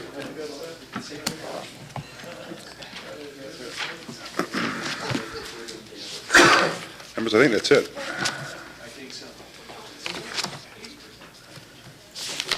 Yes, it is. Okay, members, I'm going to now move on to notices of motion. Are there any notices of motion? Now, Councillor Steele, you're going to bring back your notice of motion in the future? Yes, Your Worship. Staff had worded this. I was away on holidays when it had to be handed in, so I didn't have time to get it in. So that's not what I wanted to say, so I'll leave it at that, that we'll bring it back with a properly written and submitted to the clerk. Thank you, Councillor Steele. Appreciate that. Members of Council, with no other business during Committee of the Whole, I'll ask for a motion to adjourn. Councillor Doucette, seconded by Councillor Desmarais. Questions or comments? All those in favor? Opposed? That will be carried. Now we'll roll right into our council meeting. I'm going to ask the clerk to introduce any addendum items. Madam Clerk. Thank you, Mr. Mayor. Just would like to note one item, withdrawal of item 1, the notice of motion concerning an amendment to the city's alcohol management policy to be presented at the August 13th council meeting. Thank you, Ashley. Members, I'm going to now need a motion to confirm the agenda, please. Councillor Bodner and Councillor Kenny. Questions or comments? All those in favor? Opposed? That will be carried. Thank you. Are there any disclosures of interest? With none, I'll move on to the adoption of the minutes. I have two sets of minutes here. The minutes of the 24th meeting special of council dated July 9th, 2012, as well as the minutes of the 25th meeting regular of council dated July 9th, 2012. Mover and seconder, please. Councillor Desmarais. Councillor Doucette. Questions or comments? All those in favor? Opposed? That will be carried. Are there any items requiring a separate discussion this evening? With none, mover and seconder for the items contained within your agenda. Councillor Doucette, Councillor Kenny, questions or comments? All those in favor? Opposed? That will be carried. Thank you, members. We have no proclamations this evening. We'll now move on to the minutes of boards, commissions, and committees. We have 3 sets of minutes, and if you don't mind, I'll do them all in block. I have the minutes of the Mayor's Youth Advisory Council, dated May 15th, 2012. I have the minutes of the Heritage Port Colborne meeting, dated May 9th, 2012, and the minutes of the new Community Center Advisory Committee meeting, that would be the Health and Wellness Center Committee meeting, dated May 15th, 2012. Mover and seconder, please. Councillor Desmarais and Councillor Butters. Questions or comments? All those in favor? Opposed? That will be carried. Thank you. Members, are there any notices of motion? With none, we'll move on to the introduction of the bylaws. Madam Clerk. Thank you. That the following bylaws be read a first, second, third time and finally passed. Bylaw 58318512, being a bylaw to require pre-consultation for planning applications. Bylaw 58328612, being a bylaw to amend Bylaw 5718149111, being a bylaw to establish fees for various planning and development services/applications. Bylaw 58338712, being a bylaw to amend Bylaw 58177212, being a bylaw respecting permits for construction, demolition, occupancy, and change of use, transfer of permits, and inspections. Bylaw 58348812, being a bylaw to amend Bylaw 48436806, being a bylaw to regulate privately owned swimming pools. Bylaw 58358912, being a bylaw to authorize entering into a lease agreement with the beer store for the temporary placement of a mobile trailer at 105 Main Street West. Bylaw 58369012, being a bylaw to temporarily close a section of Fraser Street to vehicular traffic for purposes of the Music Depot open house and street party. And finally, Bylaw 58379112, being a bylaw to authorize entering into an agreement for naming rights for the skateboard/BMX park located at Lockgate Park. Thank you, Madam Clerk. Members, mover and seconder, please, those bylaws. Councillor Doucette, Councillor Kenny, questions or comments? All those in favor? Opposed? That will be carried. Madam Clerk, the confirmatory bylaw, please. Thank you, Mr. Mayor, that the following bylaw be read 3 times and finally passed. Bylaw 58389212, being a bylaw to adopt, ratify, and confirm the proceedings of the Council of the Corporation of the City of Port Colborne at special and regular meetings of Council of July 23, 2012. Thank you, Ashley. Mover and seconder, please. Councillor Steele, Councillor Kenny, questions or comments? All those in favor? Opposed? That will be carried. Thank you. Now, before I ask for a motion to go into closed session, I do want to announce our next dates of meetings. Our next meeting is Monday, August 13th, 2012. Committee of the Whole, as well as Council, here in the Chamber, beginning at 6:30 p.m., followed by August 27th, 2012. Once again, Committee of the Whole and Council, here in the Chamber, beginning at 6:30 p.m. For all those that are looking forward to our civic long weekend, yes, we have Canal Days coming up between August 3rd and 6th. By all means, another myriad and armada of different events going to happen, fun for the entire family. And for any information to the Canal Days events and the menu of activities, please just simply go to our website, portcolborne.ca, and look up Canal Days, and there you'll find all the different events and activities that are going to be on schedule for this year's signature event, the Canal Days Marine Heritage Festival. We're expecting big crowds, hopefully great weather, knock on wood, and again, a lot of fun for the entire family. Finally, I do want to congratulate Council this evening for a great meeting. We got a lot done. I think regardless, again, we're very close in our thought process and we're all on the same page, although sometimes we differ on how we're going to get there. Ultimately, I think we're all on the same page in terms of our thought process, and that is to be Niagara's most business-friendly community, and of course, if not Niagara, all across the province of Ontario. So with that said, I do congratulate yourself and all those that were here within the gallery that took part in that meeting, and once again look forward to the reports that Council is going to be entertaining in the immediate future. So with that, members of Council, I will entertain a motion to go into closed session. That Council do now proceed in camera in order to address the following matters. First off, the minutes of the closed session portion of the June 25th, 2012 Council meeting. B, a PowerPoint presentation from Cecil Vincent, Manager of Special Projects and Corporate Strategic Initiatives, concerning matters impacting the Sugarloaf Marina pursuant to Municipal Act 2001. Subsection 2392A, the security of the property of the municipality or local board. C, correspondence from Monique Atherton, Solicitor, Sullivan Mahoney, LLP, dated July 6, 2012, providing legal advice concerning Nyan Fueling Incorporated, pursuant to Municipal Act 2001, subsection 2392C, a proposed or pending acquisition or disposition of land by the municipality or local board, and subsection 2392F, advice that is subject to solicitor-client privilege, including communications necessary for that purpose. D, confidential Chief Administrative Officer, Special Projects and Corporate Strategic Initiatives Report 2012-4, subject, legal matters concerning correspondence received from Nyan Oil, Inc., in respect of direct access to Highway 140 of the northern property pursuant to Municipal Act 2001, subsection 2392E, litigation or potential litigation, including matters before administrative tribunals affecting the municipality or local board.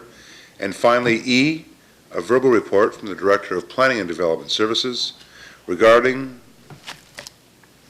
okay, the hole's there, I can't see what that word is. The sale. I'm guessing it's the sale? The sale. Thank you. Of a portion of the former Humberston Shoe Parklands pursuant, can I see that again? With the hole there. Pursuant to the Municipal Act 2001, subsection 2392C, proposed or pending acquisition or disposition of land by the municipality or local board. Members